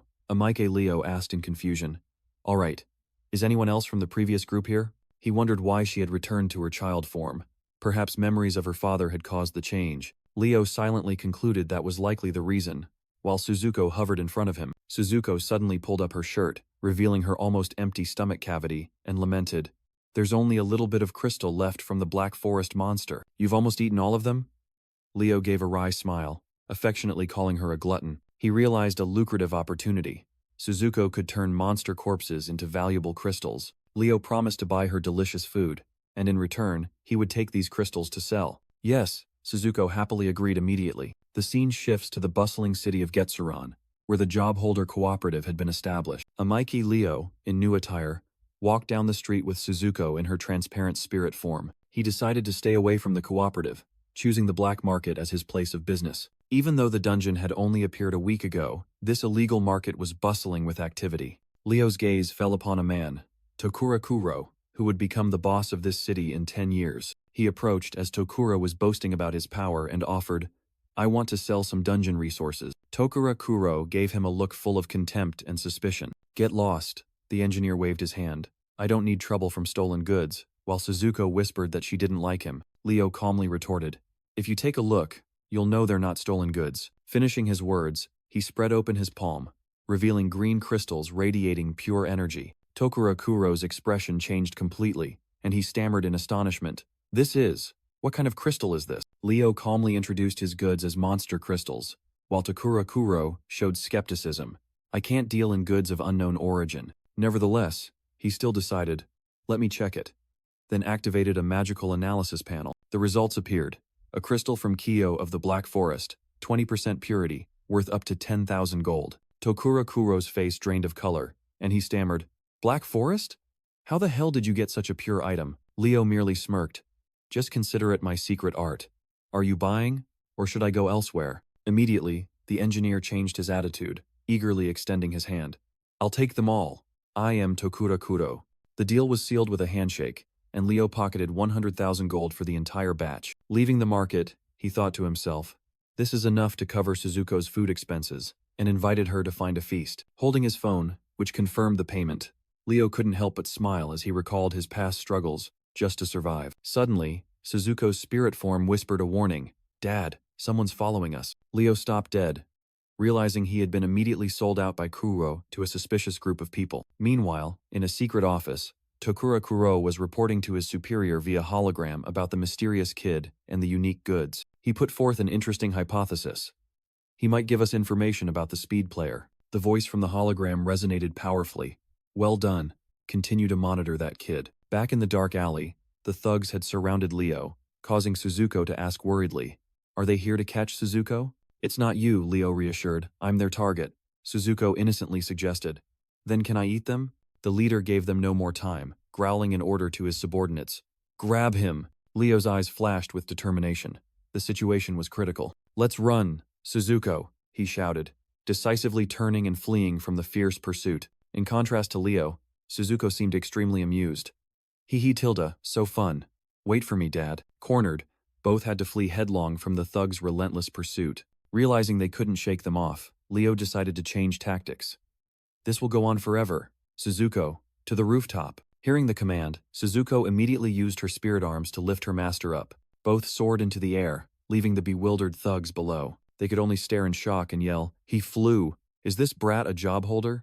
Leo gently landed on the roof of a tall building. He analyzed the situation, while Suzuko whispered with hungry instinct, "Want to eat them?" Leo suddenly had an idea, and he smiled provocatively.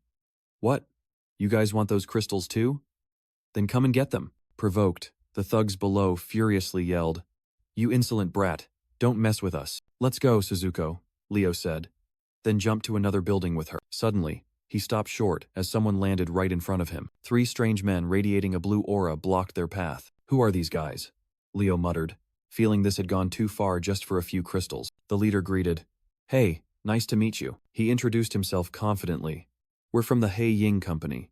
Sorry, but I'll have to ask you to follow my instructions." Leo broke out in a cold sweat, realizing these were job holders, while Suzuko whispered, "I'm so hungry." At the same time, in Getsuran Square, Doll was scanning the crowd, searching for someone. Her eyes were obscured by shadow, a mysterious smile on her lips as she whispered, "All of you, my friends, aren't you?" Doll whispered, dark purple energy spreading from beneath her feet. In the crowded square, she called out, "Hey, everyone," and immediately, everyone froze, their eyes glowing with an eerie light. With a wicked smile, she asked her puppets, "Have any of you seen my friend?" "And this big friend too," she said, creating an energy image of Suzuko. "They are my best friends," she affirmed, looking at the soulless crowd with glowing purple eyes. Doll's face was shrouded in shadow, only her glowing red eyes visible. "You don't know? Then, go find them." Meanwhile, Hayashi Miki ran while on the phone. "A summons for job holders? Understood, I'll be right there." Doll glanced sideways, seemingly sensing the presence of a nearby job holder. Miki impatiently urged the person on the other end, "I'll hurry so." "Huh? Why aren't you rushing?" "Oh, for heaven's sake."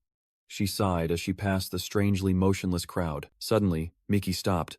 I feel like someone's watching." She realized the entire crowd was staring at her. "It's like someone's following me?" Her gaze landed on an elegant figure. "Wow, Tilda. That person is so beautiful, Tilda." Seeing the beautiful woman approaching, Miki awkwardly prepared to greet her. "Huh. She's coming towards me? I'll try saying hello." "Hello." Doll's eyes flashed with a deadly gaze. Miki was horrified to realize her body was dissolving in a blue light. She disappeared? Why? "Found it," Doll smiled, holding a stream of blue energy. "Information about my friend Tilda. I can feel the boy's will from her body.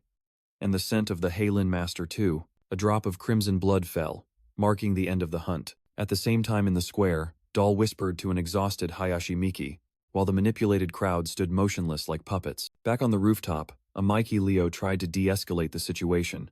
"I'm just a general store owner. I don't have any high-end goods." He forced a laugh, sweating profusely. "If you want, I'll show you where I get my stock." The redhead roared impatiently.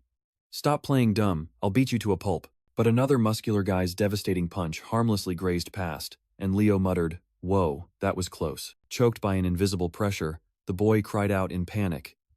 "Everyone, calm down." Leo dodged an earth-shattering punch while trying to persuade them. "We should talk this out properly." Surrounded, he continued to stall for time, while Suzuko behind him seemed utterly delighted. "How fun." The subordinates were confused, unable to touch their target, but the leader merely smirked. Interesting kid. He coldly stated, "Feel free to beat him to a pulp." The entire group charged simultaneously, leaving Leo just enough time to utter a, "Huh?" The muscular guy was stunned when his punch landed. "But why?" The leader stepped forward, blue energy gathering in his hand. "Hey kid, do you know the speed player of Hey Lin?" Leo froze, completely bewildered by what was happening. "What's that?" The leader sneered, revealing his own speed player title through a system panel. Bound by the blue energy, Leo suddenly realized the problem and clutched his aching hand. Are Haylin's rewards really that rare? He let out a pained scream as the energy stream tightened around his body. Leo was lifted into the air as the leader revealed his purpose, while Suzuko cheered delightedly. "Dad's flying!" With a sinister smile, the leader interrogated, "You probably don't know where they are, do you?" Lifted into the air, Amike Leo was warned by Akutsu. "You'd better hurry up." Akutsu smiled smugly, laying out his terms. "Tell me, and I'll let you live." "Why are you looking for him?" Leo asked painfully, receiving an arrogant reply. "To find the secret to clearing the dungeon, it's obvious." Leo secretly smirked, disdaining this cheap attack and intending to extract some information. But then an incident occurred. His face changed, completely unprepared for the sudden intervention. Suzuko's giant spirit body suddenly appeared behind the enemy, pouting, "It's Suzuko. What are you doing to my dad?" "You bad guy," Suzuko roared furiously, while Akutsu stubbornly pressed. "Tell me what you know." "Stop!" Leo yelled, a surge of green energy beginning to erupt from his body. The vortex of green energy swept away all restraints, sending Leo's body soaring into the air. Akutsu was stunned, unable to believe his eyes, while Suzuko's spirit body asked blankly, "Huh? Dad?" Leo gently landed on the ground before the furious gaze of the henchman. "What did you do? Do you think you're so great?" One of them suddenly cried out in panic. "Wait, what's wrong with his face?" A strange pattern had appeared under Leo's eyes, and he smiled to reassure a worried Suzuko. "Dad's fine. I almost revealed Suzuko," he explained, then coldly refused. "I don't like talking about that player." "You brat," Akutsu roared, tearing off his jacket. "Playtime's over," he commanded. "Get pumped, boys." And the entire group was enveloped in amplification magic. With a crazed look, Akutsu growled, "Tear him apart." Empowered, the entire Black Owl group charged like a pack of hungry beasts. Leo calmly analyzed. Wind element acceleration? That's a troublesome skill. But another problem arose, Suzuko whimpered. "So hungry, Dad." While her hunger status alert appeared before him, Leo's priority shifted. "I need to find something for Suzuko to eat." A Black Owl member lunged forward at terrifying speed, making Leo exclaim, "So fast!" Knocked to the ground, Leo clicked his tongue as his opponent delivered a finishing blow from above. Surrounded by all four, Leo accepted the challenge. "All right." Two red secondary eyes suddenly opened, and Leo smiled as a green energy orb formed. "This makes it easier." A wave of mental attack spread, knocking back the entire Black Owl group. Akutsu was horrified. A mental attack? While his comrades collapsed, unable to control their bodies, Leo realized Suzuko's hunger was causing side effects, and he had to act immediately. Hovering in the air, Leo coldly ordered the leader, "Hey you! Give me a monster item." Akutsu roared in fury, refusing to accept defeat. "Don't think you've won yet." He poured all his power into the magic circle beneath his feet, determined to unleash an all-out attack. "Try this." Giant energy claws tore through the air, but Leo calmly remarked, "Impressive." With a confident smile, he called his companion, "Suzuko, give me a hand. He has a lot of food." Suzuko's spirit body roared with excitement, charging straight forward. "All right, helping now." Akutsu still yelled smugly, "Hey you brat, have you learned your lesson yet?" But the destructive attack was easily blocked by Suzuko's spirit body, and Leo softly said, "Thanks, Suzuko." Standing before the defeated foe, Leo asked, and the spirit behind him growled in agreement. "Now, where are those monster items?" He flashed a crazed smile. "If there aren't any, all of you will die here." "Well, I'll die too." Completely broken, Akutsu quickly pleaded, "I have some. Take anything you want. Please don't kill me." Leo held the spoils of war, a monster arm, and happily asked, "Can I take this?" Leo casually sat on one of the henchmen, offering the spoils to Suzuko's spirit body and saying, "Help yourself. It's all yours." Akutsu was horrified to see the item vanish, muttering, "Himajin-san, we're even now, so." Leo changed the subject with a sly smile. "Information about the speed player. They're really offering 6 million for it?" Akutsu confirmed the hefty bounty, while Leo feigned disinterest but secretly calculated. "But I don't want the company to suspect," Leo thought, then declared bluntly, "See, I hate him." Sweating profusely, Akutsu stammered. Why is that? Leo's expression turned venomous. Because he's the one who put me in this situation. The speed player is extremely bad news. To intimidate, Leo displayed his grotesque secondary eyes. Do you want to look like this? He gave me this as a reward. Akutsu's face paled, and he hastily refused in utter horror. I don't want to. Suddenly, a notification appeared on Akutsu's phone. Huh? A summons? Leo glanced at the screen, his attention drawn by the unexpected development. An urgent alert was broadcast everywhere. Emergency summons for job holders? What's happening in Getsuran City? Interesting. Let's go check it out, Leo decided, despite Akutsu's bewildered question. Huh? You're going too? He turned back with a deadly knowing smile. Is there a problem? Immediately, the entire Black Owl group quickly waved their hands. No, in fact, it's our honor, while Leo cheerfully invited them to set off. At the same time, a giant rift radiating blue energy tore through the city sky. Getsuran City Mayor Fujinami Satoru and his female assistant were at the scene. A dungeon rift, a harbinger of its descent. The mayor remained calm. We haven't reached that stage yet. Unlike previous dungeon clears, we have a gathering of powerful players, he said, looking down at the crowd that had gathered below. Amidst the crowd, Leo analyzed the situation. This rift is an incomplete dungeon, or perhaps a large-scale dungeon. Suddenly, Suzuko's giant spirit body appeared, whispering to Leo, Daddy! With a wide grin, the monster girl declared, I smell family. Leo flinched, unable to hide his surprise. Suzuko's family? He asked again to be sure, and Suzuko affirmed. Yes, that's the smell of family. A calculating smile spread across Leo's lips as he thought to himself. How interesting. By the way, I'll investigate this summons too. Just then, the Black Owl leader approached. This situation is completely different from the information we have. He explained that this dungeon was supposed to possess destructive power, but in reality, it was nothing like that. Leo narrowed his eyes, scrutinizing. Is it really okay for you to reveal that information to me?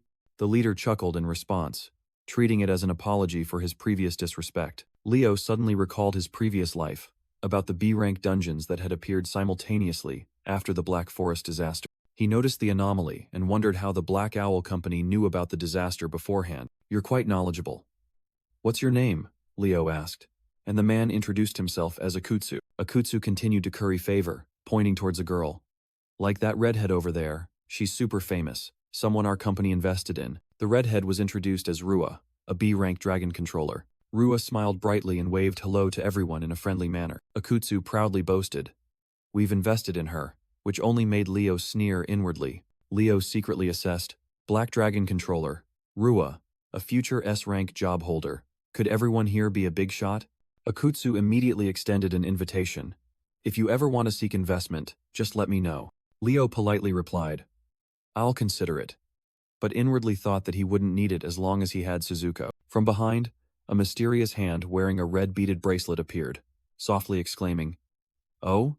Anai-gen, a strange man, friendly patted Leo's head and asked, Are you a job holder too, kid? He introduced himself as Anai-gen, a B-rank perceiver, and extended a bizarre invitation, to be a chair for the beauties in his team.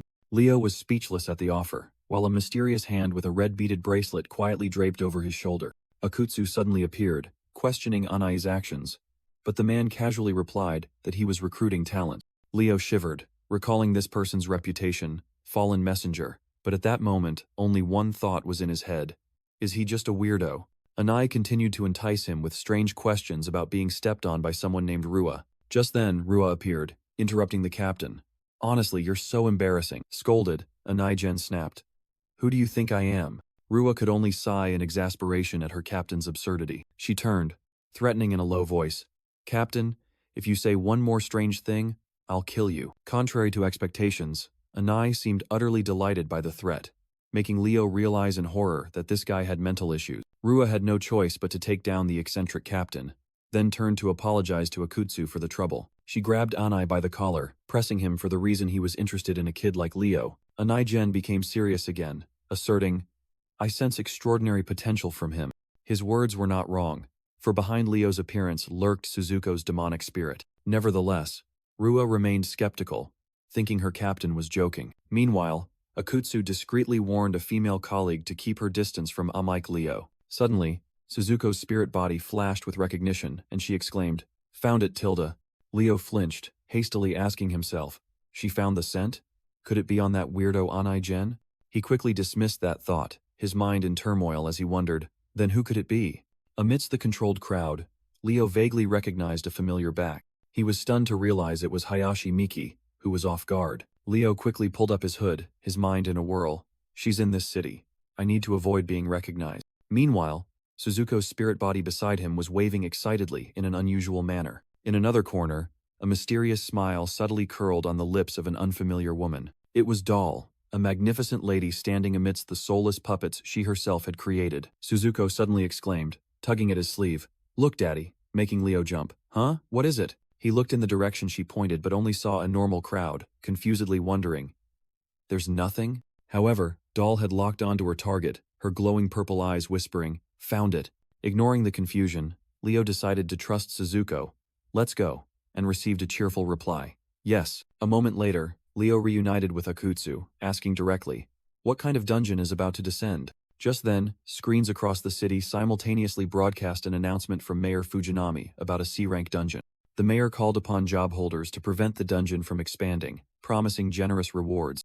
Akutsu couldn't help but be surprised by the dungeon's rank, while the mayor reassured them that it was an exploration type, allowing for retreat. Leo merely smirked, confidently thinking that a free-to-explore C-rank dungeon was child's play. Amidst the crowd, Anai-gen and Rua were also listening to the mayor's call. Mayor Fujinami's voice echoed throughout the city, rallying brave job holders. The mayor's glasses glinted as he resoundingly posed his final question. "How will you respond?"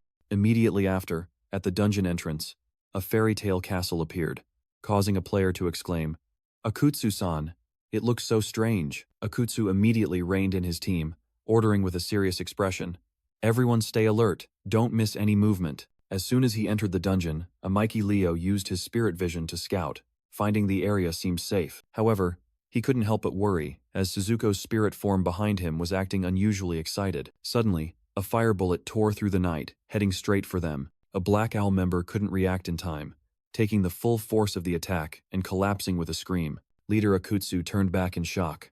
"We're under attack?" He immediately ordered the entire team into combat positions, simultaneously activating a defensive magic circle. Another fire bullet flew towards them, but was blocked by an invisible force. Even so, the pressure from the explosion still shattered Akutsu's sunglasses. His magic shield also crumbled, sending him flying backward. Sitting on the ground, Akutsu looked up and thanked his rescuer. "Damn it, thanks Himajin." Leo warned coldly, "Be careful. It's a D-rank monster. Ordinary tricks won't work." As soon as he finished speaking, a dark figure rushed out from the dense forest, roaring, "It's coming!" From the darkness, the enemy's gun barrel flashed, accompanied by a bloodthirsty voice. "Prey found." The attacker revealed himself, a D-rank returning hunter, exuding deadly killing intent. Leo frowned, muttering, "A returning hunter? D-rank. Just as I thought. This is troublesome." The hunter smirked, his crimson eyes gleaming with delight. "Lively prey is what I crave most." "The hunt begins now," he roared, leaping into the air with two pistols in hand. A massive energy web suddenly unfurled, binding the entire group of players in place. Leo braced himself to resist, determined to fight. "Damn it, I can't rely on Suzuko, I have to do it myself." Just then, Suzuko's spirit form suddenly became transparent, asking gently, "Dad, can I eat them?" Suzuko's spirit form created an energy vortex, blocking the enemy's barrage of bullets. Amidst the battle, she merely giggled as if it were child's play. The returning hunter was stunned. "What?" All the bullets were deflected back, flying straight towards their owner. Gah! He couldn't react in time, taking the full force of the deadly counterattack. A piercing scream echoed, ending the monster's hunt. The Black Owl group erupted in joy, Akutsu shouting, "Himajin, you reflected his attack." Amidst the cheers, Amaike Leo quietly observed the situation. He was a little bewildered by the excitement of his new teammate. Leo gave a wry smile as Suzuko's spirit devoured the remains of the enemy. "Well, so be it." Akutsu broke out in a cold sweat. "Not just items. He made the monster disappear completely?" The leader turned to ask Leo for his opinion on the group's next plan. Leo pondered. Suzuko's condition is unstable. Continuing to explore is too risky. He decided, "For now, let's gather with other teams to find someone who knows the way." Akutsu happily agreed, secretly telling himself to take good care of Himajin. The leader had his own agenda. He had to seize this opportunity to build a relationship with him. Meanwhile, an order was passed down to Akutsu. "Make sure to keep a close eye on him." Elsewhere, Anai-gen smirked sinisterly. He knows my secret. His subordinate suggested. So, should I plan to kill him? And in a secret office, a powerful figure ordered, your mission is to find out who is backing him. A mysterious, powerful figure issued a chilling warning. If you are useless to me, you will be eliminated. At the same time, a dungeon rift was suddenly activated right in the heart of the city. The female assistant frantically reported new developments at the rift to Mayor Fujinami. She announced, currently, 6 teams of 10 people are attempting to clear it. There have been a few casualties, but no team has been wiped out yet. The situation is still under control. Suddenly, Hayashi Miki rushed over, calling the mayor's name to his astonishment. The young girl asserted, please let me enter the dungeon. Mayor Fujinami refused, asking her to stay and questioning her about the real reason. Miki was flustered, secretly thinking of a Mikey Leo inside but unable to say it out loud. She then made an excuse about the Black Forest incident, warning of an outsider who might be impersonating a player. Miki continued to argue that the boss might transform and the dungeon might appear earlier than expected. Finally, the mayor was convinced and agreed to prepare a team for her. Meanwhile, in another forest, Anaijen urged, Rua, have you found anything yet? It turned out the leader was acting as Rua's chair, complaining that his back was about to break. Rua replied coldly, didn't the leader himself request this position?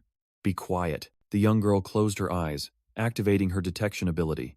Now then, where is he? Waves of psychic energy spread throughout the space, sweeping through the forest. Her skill detected a group of enemies ambushing in the shadows. Rua opened her glowing eyes wide, realizing it was a psychic attack, and roared, you maggots! Immediately, the ambushers were struck by a powerful surge of energy, screaming in pain. A fierce psychic energy explosion swept through the forest. The ambusher was thrown back, dazed, wondering, what the hell just happened? After the attack, Rua staggered, exhausted, sitting on Anaijen's back, panting and asking for a moment's rest. She mumbled, feeling she had used too much energy and that something was off about this place. Rua's emotions welled up as she whispered, I want to see my sister soon. Memories flooded back with the image of a small Suzuko happily giving her a handmade stuffed rabbit. But then, her imagination was invaded by the sight of a Mikey Leo possessing Suzuko. That man's face in her mind turned sinister, sneering, I found them first, so they're mine. Rua gritted her teeth, her anger flaring uncontrollably. How annoying, she roared, drawing her sword from its sheath. Empowered by her rage, Rua stood up, declaring, all right, let's go. I've got enough power now. Anaijen could only give a wry smile at her sudden change. That's great, but who's the real leader here? Suddenly, a colossal pillar of purple energy tore through the night sky, descending upon the forest. From the epicenter of the explosion, lustrous golden locks began to materialize. A girl in a magnificent dress, doll, gently descended to the ground. I'm back, she smiled enchantingly, and the price was quite high. She waved her hand, pouting, oh dear, my clothes are all dirty, then glanced at the battlefield, sarcastically, and my new friends. Perhaps they've all been wiped out? With a deadly smile, Doll reached forward, her voice sweet. Come now. Everyone, to she called, surrounded by the strewn bodies of the unfortunate. An eerie voice echoed amidst the purple smoke. You're still not dead? Doll extended her hand, and the corpses around her began to twitch, standing up. Wake up, let's go find our friends. Suddenly, she paused, her eyes flashing with extreme surprise. Looking into the distance, where an explosion had just erupted, Doll smirked. Well, what a coincidence. Meanwhile, at the explosion site, a group of players was fleeing in disarray, the masked man yelling, damn it, they're too strong. From within the mist, the shadows of predators gradually emerged, a gleeful voice echoing, come now, it's time for an exciting hunt. The hunter captain appeared, dark tentacles writhing behind him. My little lambs, who's next? He stomped his foot, the ground shaking slightly as he gathered momentum. With incredible speed, the hunter lunged in front of a player. It'll be you! His blazing red eyes flashed with a deadly light just before striking. An explosion rang out, the hunter laughing maniacally amidst a shower of blood and gore. Haha, torn to shreds! From the shadows, a ninja accomplice appeared, muttering, so, who's my next prey? The 2 remaining players froze, despair evident on their faces. We're screwed. In another corner, Himajin-san gritted his teeth, sweat pouring down, but still trying to reassure himself. Calm down. Compared to Suzuko's overwhelming presence, this is nothing. He glanced at the sleeping spirit on his shoulder, whispering, by the way, please wake up soon, Suzuko. The hunter turned back, his tone full of mockery. Oh, can't wait any longer? You truly are unlucky. Suddenly, a wall of earth and rock erupted, throwing the hunter back, making his glasses-wearing comrade shout, what's happening? The hunter stood up amidst the grotesque fetal specters. These brats have run out of patience. Now you'll be their dinner. A colossal fetal monster emerged from the ground, extending its deformed arms towards the group of players. His comrade panicked. Himajin-san, what should we do? But Himajin-san calmly ordered, that one doesn't look very smart. Keep targeting the hunter. The hunter in the top hat commanded his abominable creation. Eat your fill. With a final command. Now, go. The eyes of the conjoined fetal specter glowed with deadly red. The monster opened its grotesque mouth wide, creating a terrifying vortex to swallow everything. Pulled by the suction, his comrade screamed in panic while Himajin-san calmly ordered another. Akutsu, aim for its mouth. The glasses-wearing man realized in horror. Spirit power. It's unusable. Cornered, Himajin-san gritted his teeth and decided, damn it, I'll use my trump card. Green energy erupted as he shouted, Bow, form transformation, take this. A brilliant arrow of light shot forth, tearing through the night air. The small monster was hit, letting out a final shriek before vanishing. The aftershock of the explosion created immense wind pressure, forcing Himajin-san to brace himself. In the midst of danger, a delicate hand unexpectedly emerged from the purple smoke, gently touching him. Doll lifted Himajin-san, smiling alluringly. Greetings, Great One. We meet again. Completely bewildered by what was happening, he could only stare blankly and wonder. Huh, who is this? From a distance, the hunter roared furiously. How dare you do that to my child? Himajin-san clicked his tongue, realizing the enemies were still there. They're still alive. The hunters charged, their captain yelling, Obstructionist, you're dead. Doll turned, gently asking the person in her arms, Great One, should I eliminate those eyesores? Her eyes gleamed with fanaticism. If you command it, I will do anything. Himajin-san broke out in a cold sweat, his mind reeling. What's with this girl? Great One? Does she mean Suzuko? But then, a cunning smile appeared on his lips. If I can use her, we can defeat these hunters. Himajin-san smiled calculatingly. Then, could you deal with them for me? The mysterious girl replied, her purple eyes flashing. I am Doll, a member of the Manifestation Association. With just a snap of her fingers, dark power was unleashed. Eerie purple energy began to envelop the bodies of the fallen players. From across the battlefield, the corpses began to stir, their empty eyes glowing with purple light. The dead soldier pulled the sword from his own chest, rising gruesomely. He declared loudly, Lieutenant Sugai here, my friend, how may we help you? Doll smirked eerily at the address of friends. At her command, the army of the undead turned to face their former enemies. The hunters were stunned.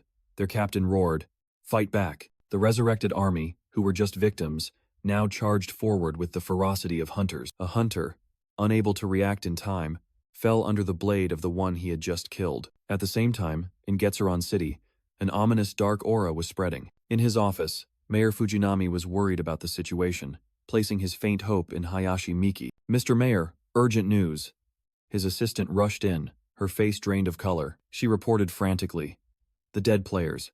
They've all been resurrected at once. Mayor Fujinami was speechless, unable to believe his ears. What? Back on the battlefield, Lieutenant Sugai gripped the hunter tightly, growling, We are all friends. The puppet's purple eyes glowed with frenzy and absolute loyalty. Surrounded, the hunter captain roared in fury, black tentacles sprouting from his back. Amidst the encirclement of the undead army, Doll smiled in welcome. Oh, new friends, welcome. Himajin-san wondered in confusion. These guys, are they still alive? They're alive. After all, they are friends, Doll confirmed, making the young man shiver as he thought. She's even more dangerous than Suzuko, Akutsu exclaimed. Just leave it to Himajin-san. I can't believe you can control even the dead. What are you talking about? Himajin-san tried to explain.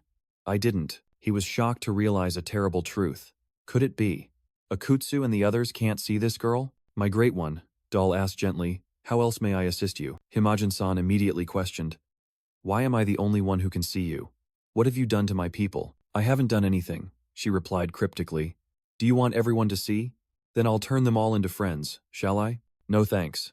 He frantically waved his hand in refusal. He muttered to himself, then turned and asked directly, Doll-san, is there anything you want? What I want? She smiled mysteriously. I already have it. Doll's hand unexpectedly rested on his chest. Your friendship, she whispered, her red eyes flashing with possessiveness. That's the most important thing, don't you know? The young man forced a smile and replied, I understand. But in his mind, he thought bitterly. In other words, am I a puppet? He secretly decided. I'll just have to let Suzuko deal with her. When the spirit on his shoulder suddenly let out a big yawn. Zoful, Suzuko woke up, wrapping her arms around him, startling him. "Ah, Suzuko, you're awake." Immediately, Suzuko's eyes widened, gleaming with sharpness and extreme vigilance. Suddenly, a voice rang out as Doll waved to Himajin-san, leaving him stunned. Suzuko giggled. "Look, Dad." She's waving again, while Himajin-san wondered in confusion. "Again, do you know her?" He suddenly realized. So this is the one who waved to us in the square? So again, meant this. While Akutsu asked for instructions on entering the fortress, Himajin-san remained deep in thought. Why can I see her now? He pondered. The fortress. Suzuko's condition is still unstable. I'm not worried about myself, but those guys from the Black Owl Company could be wiped out, he thought, imagining the entire group being annihilated. He continued to analyze. According to rumors, there are 4 very strong knights in the fairy tale castle, even stronger than the hunters outside. Finally, he made a bold decision. In that case, I'll use this woman to clear the castle. With a friendly smile, he turned to Doll. Hey friend, could you lead us to the castle? Doll replied with a strangely radiant smile.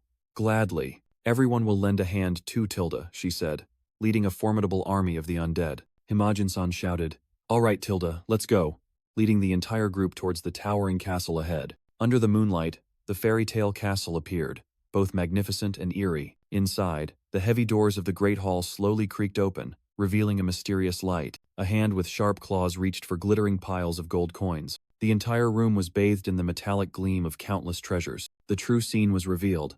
This was the fairy tale castle casino, where beast, human monsters were engrossed at the betting tables. A giant wolf slammed the table and roared, Hey, everyone, look, new faces. He grinned sinisterly, with Little Red Riding Hood beside him.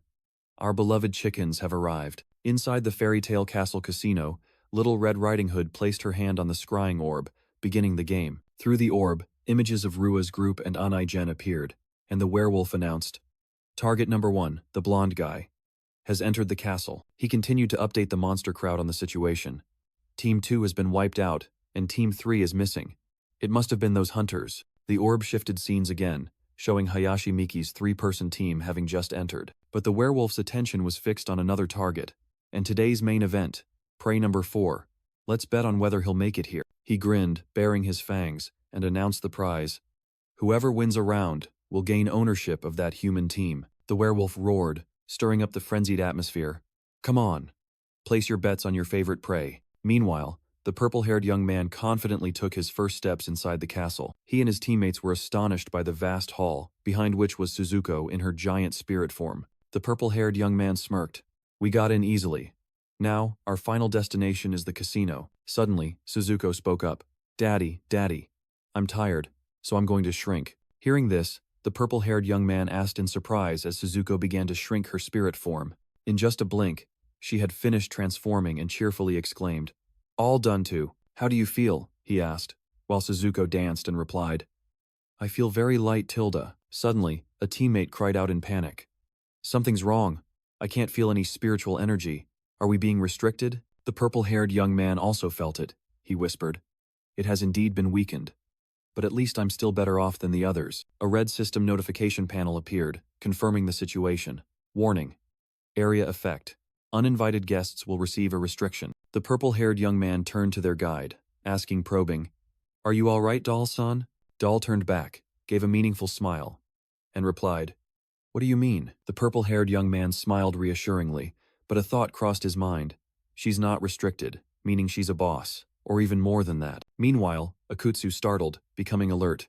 Hey, what was that sound? A piercing scream rang out. Watch out, over there, as Akutsu's entire team was thrown back by an invisible force. From within the cloud of dust, a large dark figure charged out at terrifying speed. It was a C+ ranked centaur knight, roaring as it detected the intruders. Akutsu and his teammates were frozen in shock at the monster's appearance. A knight? The centaur knight's crimson eyes flashed, coldly declaring, Commencing annihilation. A blinding lightning bolt struck down, and an agonized scream echoed as the first attack hit its mark. The purple-haired young man nimbly retreated, avoiding the aftershocks of the explosion. Little Suzuko's spirit anxiously asked, Daddy, should we run? But he asserted, Not yet. At the castle casino, an eagle monster roared as it watched through the orb. Just let the knight kill you. The surrounding monster crowd also shouted in savage excitement. I want to see those bugs floating in a sea of blood. Back in the great hall, Doll gracefully asked the purple-haired young man, Great one. Do you have any commands? The purple-haired young man looked up at her, smiling meaningfully. Will you help me, my dear friend? Doll grinned widely, her purple eyes flashing eerily amidst a surging dark aura. With pleasure, a werewolf gambler watching the match was suddenly stunned. That's? The entire casino erupted in chaos as they recognized the one who had just appeared on screen. Her Highness, Monster Queen Doll. Why is she with those bugs? From a hidden corner, Doll ordered her new puppets. Lend a hand, everyone. Immediately, the hunter army with glowing purple eyes simultaneously aimed their weapons forward, ready to fire. The Centaur Knight charged with a lightning-fast attack. However, its spear was blocked by a pink energy barrier. Doll chuckled delightedly. He, quite sturdy. I like ones like that, she said, releasing a surge of dark magic. The Centaur Knight was stunned by its opponent's unimaginable power. Completely overwhelmed, the knight screamed in horror. Goddess, Doll smiled eerily, beckoning. Come here, let's be good friends. Why are you here, your highness? The knight painfully questioned, but Doll casually replied.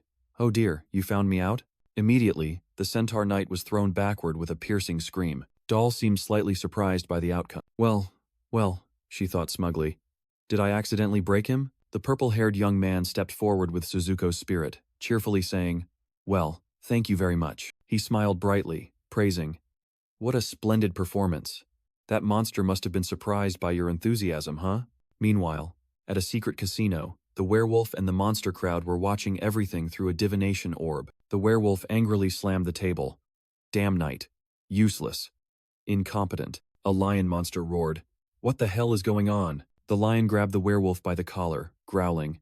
Our lady is helping those outsiders? Hey wolf, explain yourself now. The werewolf hastily reassured. Calm down. The ladies are all a bit strange. Especially, Lady Doll's hobby is turning humans into toys. She's probably helping them for that reason. The lion let go, broke out in a cold sweat, and muttered, Indeed, that might be it. She's as terrifying as ever. At the monster casino, the werewolf excitedly declared, Look, Lady Doll is about to turn them into toys. Meanwhile, Himajin-san smugly thought to himself that if he could just exploit this girl, the dungeon would be cleared in an instant. He burst out laughing as the dark energy from Doll exploded, sweeping away his shadow subordinates. But Doll only smiled hauntingly. So nostalgic. The Great One's smile. I'm so happy, she screamed in extreme excitement. Show me more, releasing an even more terrifying surge of power. Dark energy engulfed everything, completely overwhelming those who dared to stand in its way. Himajin-san's confidence vanished, and he panicked. What? Why is she suddenly acting so strange? At the same time, the monsters in the casino roared in encouragement. Kill him. Finish him off. Doll hovered in the air, her invisible pressure rendering Himajin-san immobile. Dark energy enveloped the young man, obscuring one of his eyes. Witnessing the scene, Suzuko unexpectedly uttered a single word in surprise. Father? In a flash, Doll closed in, grabbing Himajin-san's dazed face. She lifted his face with both hands, whispering, It's me. With glowing red eyes and a haunting smile, she asked, Do you remember? Your number one friend? The entire casino fell silent, and the wolfman could only stammer, What? A metal-faced monster grabbed the wolfman and roared, You bastard! How dare you trick us? Amidst the chaos, Little Red Riding Hood announced, Hey, the target is disappearing. Back at the castle, Himajin-san's entire group began to vanish into thin air in a panic. Left alone, Doll gazed into the void, uttering in disappointment, How cruel, the Great One. As Himajin-san's body gradually faded, Doll whispered with glowing red eyes, It's all right, I'll make you remember. Let father go! Suzuko roared, lunging forward in desperation. But it was too late. Her fingers could only brush through empty space. Suzuko, save me. Himajin-san pleaded in vain as Doll seized him, laughing maniacally. When the last silhouette vanished, Suzuko was stunned. Father is gone. Immediately, a beam of light enveloped her, preparing for a forced teleportation. At an unfamiliar location, the Light Knights began to materialize. The army in silver armor, C+ rank, was ready for the sweep. Meanwhile, at the casino, the Wolfman and his companions watched gleefully through the crystal ball. Perfect timing. The knights have arrived. Akutsu's and Suzuko's group suddenly appeared before the enemy, one member panicking. They're coming. Himajin-san is gone. Akutsu growled, trying to calm his panicked teammates. Don't panic. Prepare to block them. In another corner, Rua and her group were also caught in a vortex of red energy. Whoa. What is it this time? A cold system notification appeared. Anomaly detected in the dungeon. Upgrading. Amidst the chaos, Suzuko growled, sniffing a familiar scent in the air. Suzuko, We'll find, father, she shrieked, her body transforming into a furious monster. The Light Knights immediately charged into attack, but they faced Suzuko's wrath. She crushed a soldier and roared. Extremely annoying. Witnessing the scene, Akutsu pushed up his glasses, astonished. Where did it come from? And this feeling is somewhat familiar. He turned back, shouting loudly at his scattered teammates. Hey, is everyone injured? If you're okay, let's go. The Wolfman stared blankly at the crystal ball. That's the final boss, the Queen of Decay. He roared in panic as the image suddenly vanished. No way. That person who disappeared. Immediately after, Himajin-san appeared, terrifying the Wolfman. He brought her along, a surge of purple energy enveloped them, and in the blink of an eye, the scene changed. The hand of a mysterious woman tightly grasped Himajin-san's panicked hand. I will help you. Remember, the blonde woman said as she pulled him along, despite his fearful question. Where are we going? With a meaningful smile, she declared, to remember your past. Himajin-san broke into a cold sweat, his inner thoughts screaming. My past? Is she mistaking me for someone else? The woman whispered into his ear. You appeared with his child, and even surpassed the great monster god. Her eyes glowed red as she embraced him from behind. Your smile made me remember. You are definitely him. While Himajin-san feared his false identity would be exposed, she led him on. Come, look at this. She pointed to a doll on a throne and asked, Does it look familiar? The first friend you created, she revealed. That is my true body. Himajin-san was stunned when she demanded, You should know the answer, but if I don't speak, I'm dead for sure, he thought desperately, while the woman waited in a hall full of mannequins. With glowing red eyes, she pressed him. My true name. There's no way you'd forget, right? We're best friends, after all, she said, her tone both sweet and murderous. His life hanging by a thread, Himajin-san gritted his teeth, sweat pouring down him. Finally, he made a risky decision. I can't say. Himajin-san faced the Queen of Decay, confessing, I can't say. Immediately, a brilliant purple killing intent erupted, and the Queen's eyes turned bloodshot. Why not? Invisible pressure tightened around the young man, pushing him against the wall. Why can't you say? It's just that you don't know, isn't it? She roared, while he coldly retorted. Are you going to kill me? Clutching the hand at his throat, he smirked. Go ahead. That way, I won't have to remember the past. Taken aback, the Queen paused. What do you mean? Seizing the opportunity, he countered. Let me ask you a question. How much do you remember about me? The Queen's slender fingers still gripped his collar, the tension palpable. She hesitated. You have many children. I am one of your creations. He pressed. Anything else? Is that all? I can't remember. Suzuko frantically clutched her head. How can this be? No way. Did I forget? Just as I thought. He's already gotten to you too, Leo said with feigned sympathy. That damned monster god has interfered with your memories. Suzuko collapsed, muttering in despair. The monster god erased my memories? Is it his fault? Leo thought to himself. This woman has already lost her memories. I just need to exploit that. Blame everything on the monster god, and all suspicion will vanish. He placed his hand on her head, a bitter thought in his mind. This truly kills two birds with one stone. We're just using each other. Don't blame me. Don't despair. He gently comforted. There are many things I can't remember either. After all, it's all that monster god's fault. Suzuko looked up, her eyes less hostile, and hesitated. You too. Suddenly, the entire hall shook violently, and bricks and stones began to fall from the ceiling. An earth-shattering explosion rang out, blowing away a massive section of the castle wall. Both Himajin-san and doll turned back in shock, not understanding what was happening. Through the dust and smoke, a gigantic monster figure appeared, roaring. I found you, Himajin-san was stunned. Suzuko? The system issued a red alert. The boss of the fairy tale kingdom, Doll, had entered a berserk state, facing the powerful shadow entity. Himajin-san was stunned to realize this was the dungeon boss. No other choice but to fight, he growled, his eyes changing as his ability activated. A notification appeared, confirming that the title Speed Player had been activated. Immediately, Doll unleashed a fierce mental attack towards the young man. Amidst the enchanting energy, her hand reached out with a deadly invitation. Come, shall we go together? Doll's ability was so terrifying it could cruelly punish a victim's mind to the point of madness. Just then, Suzuko let out an earth-shattering roar. Father, Himajin-san was thrown back by a surge of red energy towards Suzuko, who had appeared just in time to block the attack. Suzuko, why are you stopping me? Doll, in her white-haired masked form, questioned. It's me, White. Have you forgotten? Liar! Suzuko roared, holding up a small doll. My White is right here. The monster queen smirked.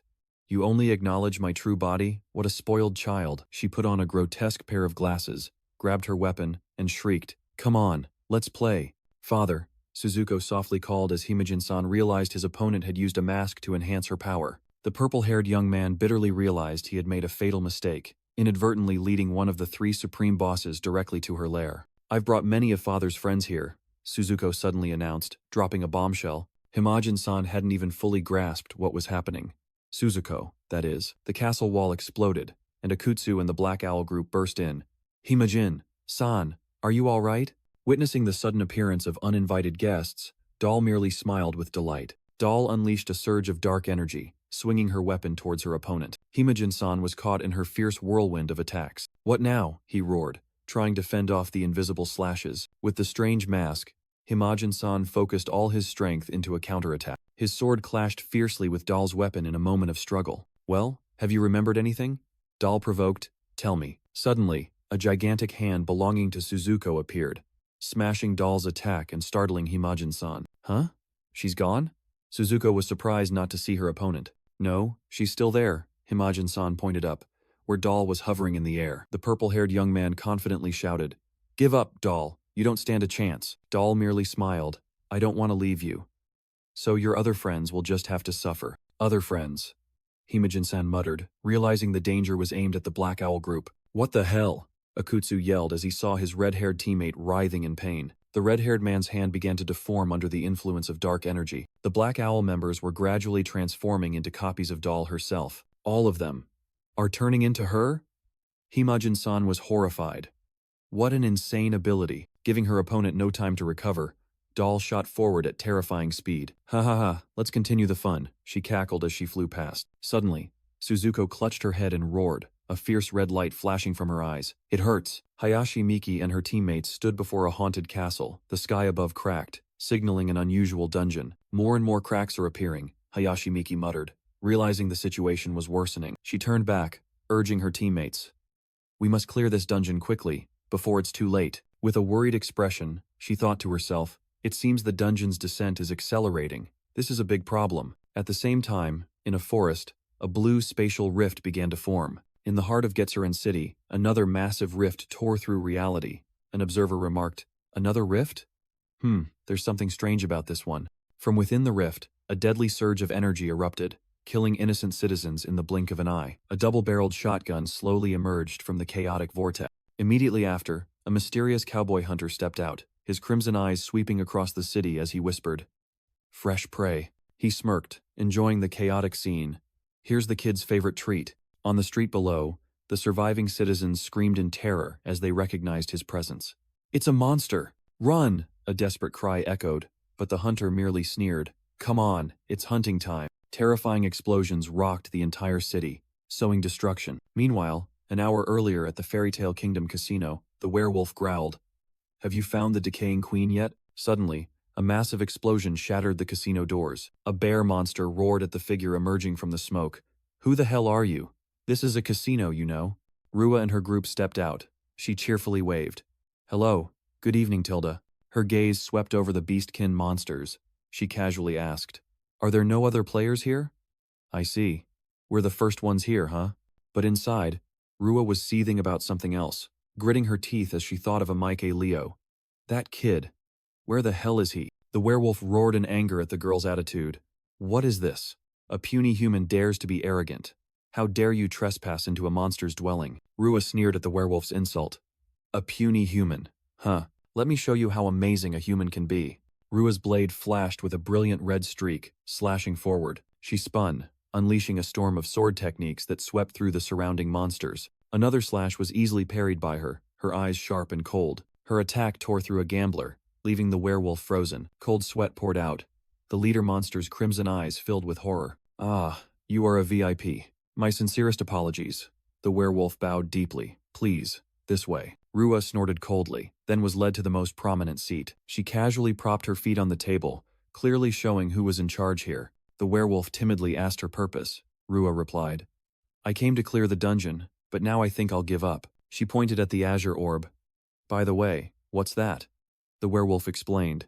An entertainment device for observing humans in the dungeon. A young man suddenly appeared behind her, exclaiming in surprise, "Oh, wow." Rua flinched, a little flustered by this sudden appearance. She turned to the werewolf, radiating killing intent. "Can you find someone?" An arrogant 16 or 17-year-old kid with purple hair. "Hey, Red Hood, do your job," the werewolf yelled, making Rua raise an eyebrow in doubt. The strange young man cheerfully patted the little Red Riding Hood operating the orb, despite her complaining, "Please don't touch my head." The prophetic orb glowed brightly, beginning the search process. Leo's face appeared, making the other young man realize, "That's the kid I tried to invite to the team. Where is he? Tell me now," Rua roared, dark red energy erupting as she declared, "I'm going to invite him to my team." In the casino, the werewolf flinched. What was that sound? While Rua whispered, "He is." At the same time, a distant castle was enveloped by surging dark red energy. Rua was stunned, her amber eyes flashing. This spiritual power, it's so familiar. Exactly like when I entered the dungeon with him. Her orange-haired teammate called out in confusion. "Rua? Where are you going?" "I need to confirm something," she replied without turning her head. "I'll be right back." Leaving everything behind, Rua sped towards the haunted castle. She raised her hand, gathering a pitch-black energy orb. Shadow Dragon. A terrifying explosion tore through the sturdy castle wall. Inside, Leo was thrown back, letting out a cry of pain. From the shadows below, countless ghostly arms reached out, grabbing the young man. More of them. He despaired as abnormal red eyes began to sprout on his cheeks. A swarm of long-haired female monsters materialized, giggling. "My friend, come here." Leo gritted his teeth. The spiritual corruption is rising again, at this rate. Suddenly, a gigantic figure of Suzuko appeared, roaring "Daddy," then swept through the monsters. Seizing the opportunity, Leo activated his skill, his eyes glowing brightly. True sight. "Flash attack," he growled, radiating intense killing intent. Unexpectedly, a blonde girl rushed forward. "Friends? Let me help." But it was a clone attack. Leo smirked. "Illusions, huh? I see right through them." He gracefully dodged every attack like a ghost. "Every strike, every movement," he confidently declared, clear as day. A mysterious woman wearing a masquerade mask appears, her entire body enveloped in an eerie red glow. In response, Leo activates his demonization state, gliding like a phantom through the enemy's barrage of bullets. The system panel confirms his skill. Synchronization, demonization, duration, 20 minutes. Leo realizes in astonishment. "When I take down a clone, it just reappears? If that's the case, I'll deal with them all at once," he decides, charging straight into the encirclement. The blonde woman senses the surge of power, wondering, this spiritual energy, could it be Suzuko's? A mysterious smile forms on her lips as she speculates. "You can use the power of others?" As she unleashes a surge of dark energy, an ally exclaims, "Amazing, that's my friend." Countless deadly purple energy beams are fired, tearing through the surrounding space. "I'll dodge her spiritual energy beams and..." Leo calculates as his body gracefully evades. Counterattack. He concentrates a sphere of green energy in his palm. "Here we go," Leo roars, transforming his weapon into a brilliant bow of light. "Oh, quite agile, aren't we?" The blonde woman's clones chuckle arrogantly. He draws the bowstring taut, releasing a spiraling energy arrow towards them. The arrow creates a massive energy vortex, devouring everything in its path. Her clones are swept into the inescapable destructive vortex. A shocking explosion engulfs the battlefield, wiping out the troublesome illusions. "All right, now," Leo says, his eyes intensely focused on the next target. Suddenly, he hears Suzuko's pained scream and an idea strikes him. "I'll ask Suzuko to help me find her true body." His eyes gleam as a bold and perfect plan forms. The woman in the purple dress rushes forward, her voice full of provocation. "Hey, where do you think you're going?" Leo realizes the dire situation. "My spiritual energy is useless. My weapon is on cooldown. Damn it, I have to use my trump card." Without hesitation, he roars the command. "Synchronize." A sinister smile and glowing red eyes suddenly appear on his shadow-shrouded face. Dark energy surges, enveloping Leo as he begins his transformation. As soon as his new form takes shape, strands of energy burst from his hands, surprising the enemy. Seizing the opportunity, he firmly grabs her wrist, a newly absorbed skill. The blonde woman is stunned, unable to react to the sudden change. Activate spirit threads. He tightens his grip, the energy threads cutting into her flesh, making her scream in agony. He shows no mercy, slamming her to the floor amidst the roar of energy. But it was only a clone, his red eyes scanning the space, searching for the true target. "Found her. Her true body," he whispers as he senses the true presence. Activating Spirit Leap, he vanishes in a hazy smoke. and then appears right in front of the true body, leaving her speechless. This is my power? The woman's face pales. Her initial confidence completely vanished. Mike Leo unleashes a decisive blow, a destructive surge of green energy charging straight at her. The impact creates a terrifying shockwave, blowing away everything around them. Amidst the thick dust and smoke, her figure is sent flying like a broken puppet. When everything settles, the woman lies there, covered in blood and injuries. She is thrown straight into the wall behind her, only managing a desperate cry. Mike Leo's hand tightens, choking the enemy's throat. Doll, his voice echoes from behind his dark mask. He growls, the pressure increasing. Would you kindly let me go now? In response to him, the blonde woman only bursts into hearty laughter. What's so funny? Leo frowns, thinking to himself that the skill's duration was almost up. Got you, Tilda, she smiles triumphantly, as a magical thread tightens around him. Just then, Suzuko, with countless arms, lunges out from the shadows. A horde of shadow monsters rises from the ground, encircling both of them amidst the woman's insane laughter. Leo is stunned, cold sweat pouring down him as he realizes he's fallen into a trap. The monsters charge simultaneously, forming a vortex of dark energy. A terrifying explosion engulfs everything. Amidst the dust and smoke, Leo slides across the ground, just managing to swing his weapon to block the attack. Suzuko, are you okay? He asks worriedly, but she only replies blankly. Daddy? Yes, but I'm hungry. Elsewhere, the orange-haired young man exclaims in surprise as he sees the scene through a crystal ball. Oh? It's him. Who's the woman next to him? That kid. Don't tell me he's charmed the queen too? The female werewolf grabs him, while the young man stammers. That's the boss monster? The orange-haired young man muses. I sensed his potential, but what exactly is his class? He's definitely overpowered. Suddenly, he holds his breath as he sees another surge of energy appear in the crystal ball. That's the one with her back to us is Rua? He frantically turns around, realizing she had been standing tall behind him all along. A dark aura of killing intent swirls around Rua, making her companion wonder, is she truly human? At the same time, Suzuko squints slightly, a familiar feeling rising within her. She looks so familiar. Is she someone Daddy knows? Amidst the battle, Mike Leo clutched his head in pain, trying to reason. From Suzuko's reaction, could she be related to Suzuko's father? He looked up and was stunned to see Rua, transformed with demon horns and fiery red hair, staring intently at him. Rua roared, her golden eyes flashing with fury. You just called him father? Are you kidding me? She turned to the enemy, growling. Hey kid. What the hell did you do? Why did she turn into that? Facing them, the blonde woman merely smiled mysteriously. Your friend over there, she provoked Rua. What are you going to do to him? Don't interfere, White. He beat you to a pulp too. That doesn't matter, the blonde woman interrupted, dark energy beginning to surge around her. Because in the end, he belongs to me. She unleashed a destructive attack towards the two opponents. Rua furiously screamed, White, you idiot. She unleashed her full power, a massive energy vortex exploding with a system notification. Synchronization, Eye of Truth, Monster Devourer. The system confirmed. Monster Devourer activated. Witnessing the scene, Mike Leo realized the situation was worsening. Suzuko, it's time to go. But Suzuko had grown colossal, cradling the tiny Leo in her hand and roaring possessively, Father is mine. Elsewhere, the observation team watching through the scrying orb was utterly terrified. Damn it, this is really bad.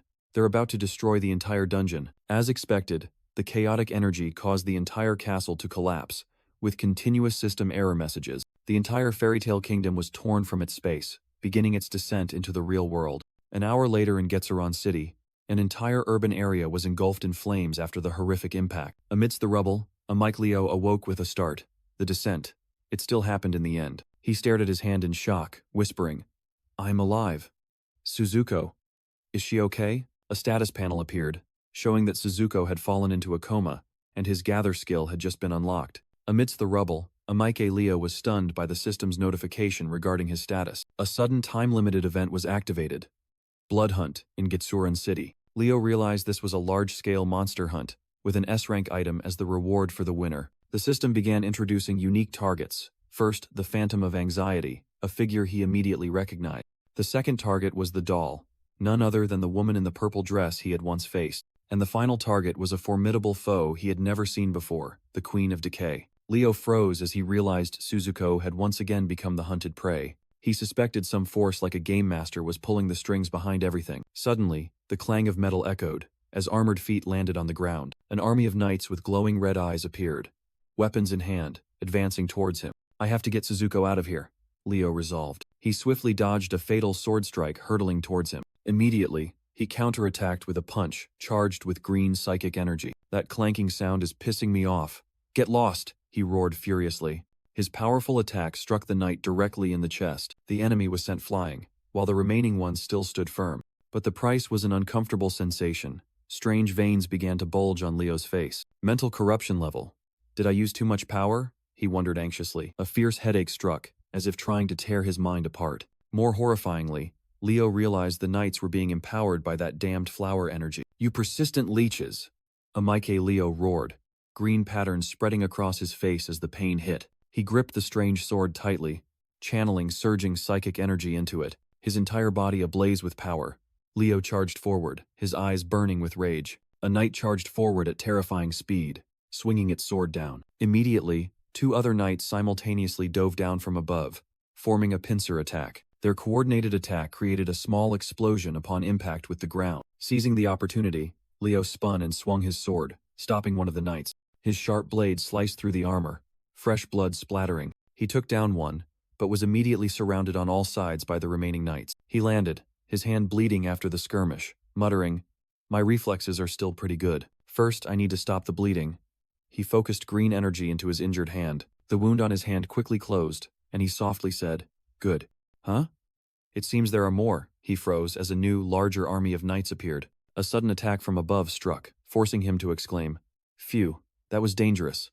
Good thing I have a psychic barrier." After the attack dissipated, he stood up, cautiously asking, "Where did that attack come from?" His gaze turned to the top of the ruined building, where three mysterious dark figures were silently observing. One of the knights on the ground began to gather energy, identified by the system as Flash Knight C+. The knight's armored hand clenched, brilliant yellow lightning converging. A barrage of yellow energy arrows was fired from its arm. The knight poured all its strength into its sword, unleashing a destructive attack aimed directly at Leo. Amike Leo was utterly terrified, grotesque secondary eyes sprouting on his face. A blinding explosion heralded the arrival of new enemies. A squad of knights in dark gray armor, bearing Red Cross emblems, charged in like a storm. They immediately opened fire, unleashing a barrage of yellow energy bullets towards Leo. The young man struggled to defend himself, patterns of corruption spreading across his arm. He cried out in pain as the force of the attack sent him flying. His entire body was thrown, slamming hard onto the shattered ground. Amidst the pain, he thought desperately,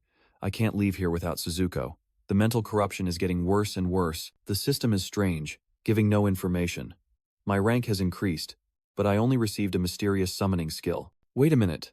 An idea flashed in Leo's mind, but the enemy gave him no time. A knight closed in and slashed directly at his shoulder. Deadly red light gleamed from behind the cold iron mask. Two other knights joined forces, unleashing a destructive surge of energy. Surrounded and exhausted, Leo could only helplessly watch the yellow lightning bolts gathering in the enemy's hands. He realized in horror, these bastards. They can fight in close combat too? A knight poured all his strength into his sword, transforming it into a gigantic blade of lightning. "Damn it!" Leo yelled as the terrifying slash hurtled towards him. In that life-or-death moment, he raised his hand, intending to block the attack barehanded. His eyes flared with green light, and he roared in his mind, "I have to deal with it before it explodes." But then, a strange sensation washed over him, making him freeze. Wait? Amike Leo realized in horror that his hand was turning black, wondering, is it because my spiritual power has been corrupted? Facing an entire legion of knights, he realized this situation was more unusual than ever. I've never seen mental corruption last this long. Realizing the corruption was even stronger than the system, Leo gritted his teeth and decided, then there's no other way. I have to use this power. Immediately, one of the black-armored knights charged forward, swinging his sword to attack. Leo narrowly dodged the blow, roaring, "Take this!" His blazing golden sword clashed directly with the enemy. A terrifying energy explosion erupted, blowing away everything around them. Amidst the smoke, Leo's eyes glowed with an eerie green light, and a surge of dark energy billowed from his arm. He seized the opportunity, using his corrupted hand to firmly grasp the knight. His entire body enveloped in a deadly green aura, Leo began to channel the horrifying energy into his enemy. The Red Cross emblem glowed brightly on his hand, as if draining the knight's life force. He whispered as he watched the enemy writhe, "The corruption I absorbed from the monsters is now affecting these guys in reverse." But then, grotesque secondary eyes sprouted on his cheek, and a sense of dread crept into his mind. Now what's going to happen? Under the influence of the power, The knight's armor began to crack. Strange green figures crawled across the red emblem on his chest, corroding it from within. The knight was blasted away, his body shattering into fragments. The scene of destruction continued, as another enemy also exploded in silence. A blazing red slash flashed, putting an end to the brutal battle. Amidst the ruins, a system notification appeared, confirming Leo had leveled up. He looked at his hand, deeply etched with green patterns, and bitterly admitted, high-density mental corruption can easily take down monsters. With grotesque eyes etched on his face, Leo muttered, "All right. Next up is..." He spread his arms, provoking amidst the chaotic energy. "Come at me. I'm just a human. Aren't you afraid?" Facing the challenge, the armored knights tightened their grip on their weapons, ready for battle. "If you won't come, then I'll bring the fight to you," Leo roared, charging straight into the enemy formation. A devastating punch shattered the sturdy helmet. The young man rampaged through the encirclement, each blow shaking the ground and sending enemies flying. A knight tried to defend, but his blade could only temporarily block the demonic sword. During the battle, Leo unexpectedly touched a strange energy source. A system error notification appeared, and he smirked. "Oh, a system error? Well then, let's try it." Summoning skill, activate. His eyes blazed with determination to seize the opportunity. At the same time, elsewhere, the werewolf roared furiously at his subordinates. "Kill him for me. My bet has been ruined." A powerful female werewolf monster appeared, declaring, "Thanks to you, I've escaped the confines of this dungeon." She bared her fangs, revealing 6 blood-red eyes. "As thanks, I'll send your head flying from your neck." Meanwhile, the werewolf's rage erupted, and he unleashed his fury upon his own subordinate. Back on the battlefield, a gigantic emerald summoning circle swallowed the remaining knights. Leo placed his hand on the magic circle. The system confirmed he had collected 2 samples. He absorbed energy from the fallen enemies, creating hovering soul orbs. Summoning successful, 3 new entities were created from the enemy's power. It's a success. Next. Leo looked at his achievement, 3 energy orbs hovering before him, but another error notification suddenly appeared, and he was confused. Confirm? Well, I'll just press it then. The system screamed error, as 3 summoned entities were sucked into a frantic energy vortex. With grotesque eyes sprouting on his face, Leo whispered in astonishment, "Are they merging?" A terrifying explosion threw Leo back, but he only laughed gleefully. "Whoa, amazing." From the rooftop, a group of specters flinched at the sudden power. "What the hell is that?" Meanwhile, at a nearby battlefield, the female werewolf commander roared, "Hey knights, get yourselves together now." Fearing a human brat, "And you call yourselves knights?" she scoffed. Immediately, an invisible surge of energy swept through, sending her entire knight squad flying. Stunned by the sight, the female werewolf commander stammered, "What?" A colossal crystal tail slammed into the ground, signaling the birth of a new entity. From within the energy storm, the silhouette of an armored knight gradually emerged. The new entity let out a sky-shattering roar, its entire body covered in ghostly eyes and dark energy. The system confirmed. Monster summon. Fusion, Knight B+. The Fusion Knight landed with a terrifying aftershock, dyeing the entire area in a deadly green. The female werewolf commander was horrified. "I've never seen a knight like that. What did that brat do?" Leo realized. Summoning skill, I can forcibly summon monsters by using spiritual power, and make them fuse into a stronger monster. He smirked triumphantly. Wielding the energy greatsword, he looked up at the rooftop and thought, "What a wicked skill, but it suits my current appearance." Leo smirked. "Found you, puppet master." Completely overwhelmed, the female werewolf commander trembled, wondering, "This brat, is he really human?" At the same time, players everywhere began receiving information about this shocking event. Mid-air, a player riding a giant centipede received an invitation from the system. On the ground, countless other players simultaneously received similar notifications. A limited-time event called Blood Hunt in Getsuran City has been activated. Immediately, the entire city plunged into chaos as spatial rifts tore through the sky. The first players were teleported in, their bodies glowing brightly in the chaotic energy stream. One by one, they descended onto the impending bloody battlefield. The system echoed a chilling message. "The magnificent culling festival shall now begin." Without warning, a destructive surge of energy struck directly from the sky. The ground shook from a terrifying explosion of light. At the epicenter, the A-rank berserker, Mike, proudly declared, "Look strong, but the #1 spot will be mine." Standing atop the colossal monster, he growled a warning.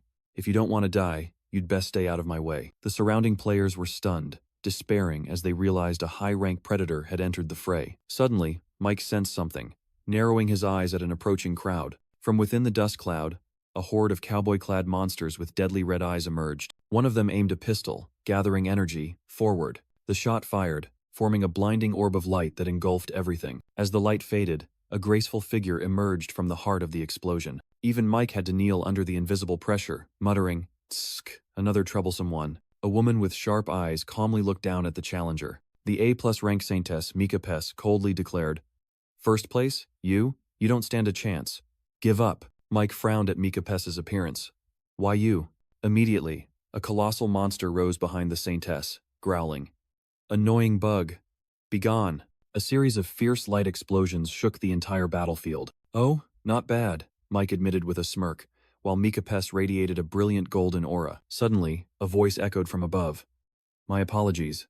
I just leveled up, so I'm still not used to this power. I am Iria, pleased to meet you." The S-rank Artificer Master, rank 15, had appeared. Meanwhile, a Mike Leo, with surging green energy, confronted his enemy on the rooftop of the ruined building. Elsewhere, a silver-haired swordsman taunted, "What's wrong, puppies? Are you scared witless just by seeing me?" Returning to the battle, the female wolf monster couldn't endure the humiliation, charging straight down from above. "As if I'm scared. Without the Queen of Decay by your side, you're nothing. Is that so?" Leo smirked, grotesque secondary eyes appearing. "Then why don't you come and try?" Provoked, the female wolf monster let out an earth-shattering roar and charged to attack. Countless green energy slashes tore through the air, embedding themselves directly into her body. Under Leo's control, the energy storm relentlessly tormented the enemy. "Haha. In the end, you're just human. That last attack didn't even scratch me," she shrieked, similar eyes also sprouting on her face. "Oh? Your defense is quite good, isn't it?" Leo calmly remarked, as a surge of dark energy began to gather in his hand. "Huh? What is this? My hand? You brat? What have you done?" The female wolf monster shrieked in horror. "Mental corruption." Leo smiled maliciously. "It's driven some of your knights insane.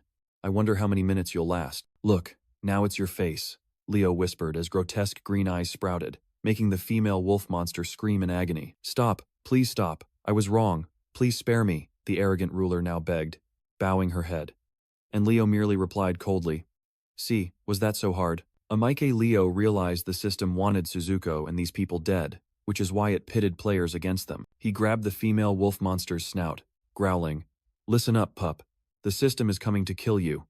If you don't want to die, then right now, let's make some new rules." At the same time, in another corner of the city, a fierce gunfight was taking place. The cowboy hunter was stunned. Humans? Why are there knights accompanying a human? In response to that question, Mike Leo ordered his fused knights. "Deal with them. Rule 1. I will eliminate anyone who disobeys." With a triumphant smile, he declared, "Kill all these unruly bastards and seize an area." At the same time, the promotion notification appeared. The female wolf monster was now completely submissive. "You truly are my master. I obey your command." While Leo left the cleanup to the knights, standing beside Suzuko, he ordered his new subordinates. "Search for the Queen of Decay. She is a valuable asset." Little Red Riding Hood timidly offered a scrying orb. "You can use this to see something." Mike Leo took the rare item, thinking to himself that even if the system was rotten, a psychic-type item like this was still very useful. Suddenly, his eyes turned cold, and he turned to question the female wolf monster. "You were at the casino, right? Where are the tools from there?" She cried out in panic. "The casino was destroyed along with the dungeon." Leo seemed unconcerned, handing the orb back to Little Red Riding Hood.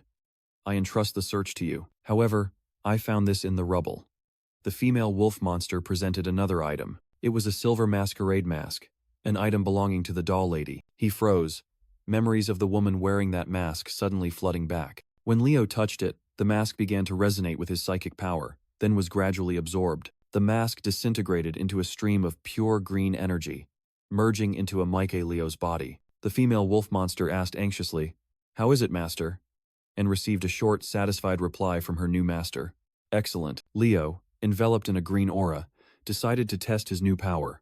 "Let's try it." The headache and numbness vanished, and he realized, it's suppressing the mental corruption. The loyal female wolf monster approached and asked, "Master, should we search for other things?" With a smug smile, Leo ordered, "Of course. The more the better. And find me the owner of this mask."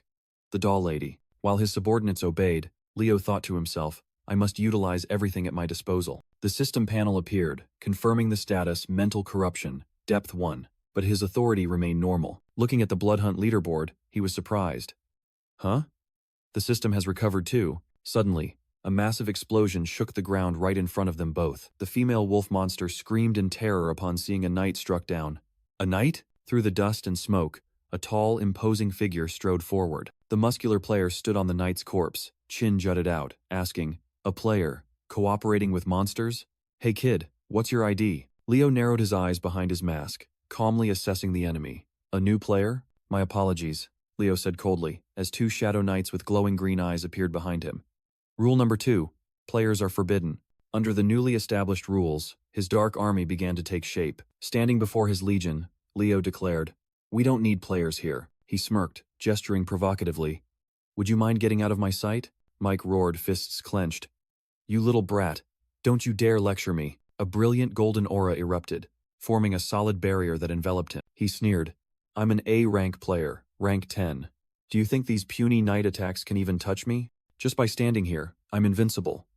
The knight's attack hit the barrier and dissipated. Mike screamed in horror. "Why? These monsters are on a completely different level. This power even surpasses A rank?" A green energy explosion flattened an entire building, demonstrating that destructive power. A Mikey Leo coldly looked down at the defeated foe. "Throw this guy out of the dungeon. Defeat players. Eliminate disobedient monsters. Those are our rules." Looking at the notification for plus 1,000 points, Leo smirked. "It's using us to earn points." The female wolf monster commanded, "Command the fused knights and begin operations." Leo obediently replied, "Yes, master." Looking at the countdown timer, he declared resolutely, "Within 12 hours, we will seize control of this dungeon." On the battlefield, Leo's knights were constantly being struck down in fierce engagements, but their numbers were almost infinite. An entire legion surged forward like a storm. Meanwhile, at the base, Leo sat analyzing the situation. First, my psychic power is in the negative. He checked the status of his subordinates. Suzuko's condition isn't very good either.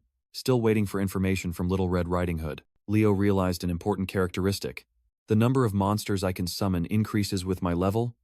Finally, this accessory. He pondered the mask. Thanks to it, my pain has been alleviated. Just absorbing the excess psychic power is enough. Pushing up his glasses, Leo mused. It holds her lady's secrets. It would be very interesting if I could utilize it. Little Red Riding Hood suddenly appeared, and Leo immediately asked, "Oh, have you found the queen yet?" The girl replied, "Not yet, but I found your comrades. Look here." Through the orb, Leo was stunned to see Rua and two others. "It's these guys. I didn't expect them to survive." He quickly ordered, "Little Red Riding Hood, focus on locating the queen." Elsewhere, Rua was calculating. Dealing with the company's people will be easy.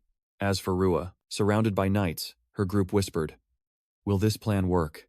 Trust me." Rua smiled confidently, outlining the plan. "We'll pretend to be captured, infiltrate, and directly take down the monster's boss." The sound of high heels echoed as a powerful stranger entered the lair. Between two rows of bowing knights, a Mike Leo advanced calmly like a king. He gently touched his mask, a mysterious smile gracing his lips. Removing the covering, Leo proudly greeted, "Good afternoon, everyone." Witnessing the scene, Rua's group was stunned. Their plan had been shattered. "I have business with that woman," Leo declared. "I want to speak with her alone." "Himajin-san!" the bespectacled teammate shouted. "Hey, you, please explain." Now that only two remained, Leo looked at Rua, who was tied to a chair. "So you want to talk? You're looking for Suzuko too, aren't you?" Leo exposed, but Rua just sneered. "Who's Suzuko? Are you lumping me in with those monsters?" Putting his mask back on, his eyes glowing, Leo asserted, "I have the ability to see through the hearts of monsters." "So what?" Rua snapped, her confusion undeniable. "What does that have to do with anything?" "You carry the soul of a monster," Leo provoked, causing a surge of crimson dark energy to erupt from Rua. He calmly adjusted his glasses. "I am now Suzuko's father, and yet you dare lay a hand on me? Without me, you won't find Suzuko." Leo offered an undeniable proposition. "Both of you are wanted targets." "I'll destroy anyone who hurts her," Rua roared, grabbing Leo's collar. But he only coldly asked, "Really?" Leo reminded her, "In this human body, you might not even be able to defeat me." "Damn it." Rua clutched her head helplessly. "If I were in my true body, I would have taken you down with one blow." Leo held out another mask, emanating a green light. "If you understand your position, follow my words. Intervene if there's a problem." "Do you trust me?" "I could kill you," Leo provoked, but Rua merely retorted, "Kill me? You couldn't even if you tried." Standing with her arms crossed, Rua secretly admitted. I can't believe.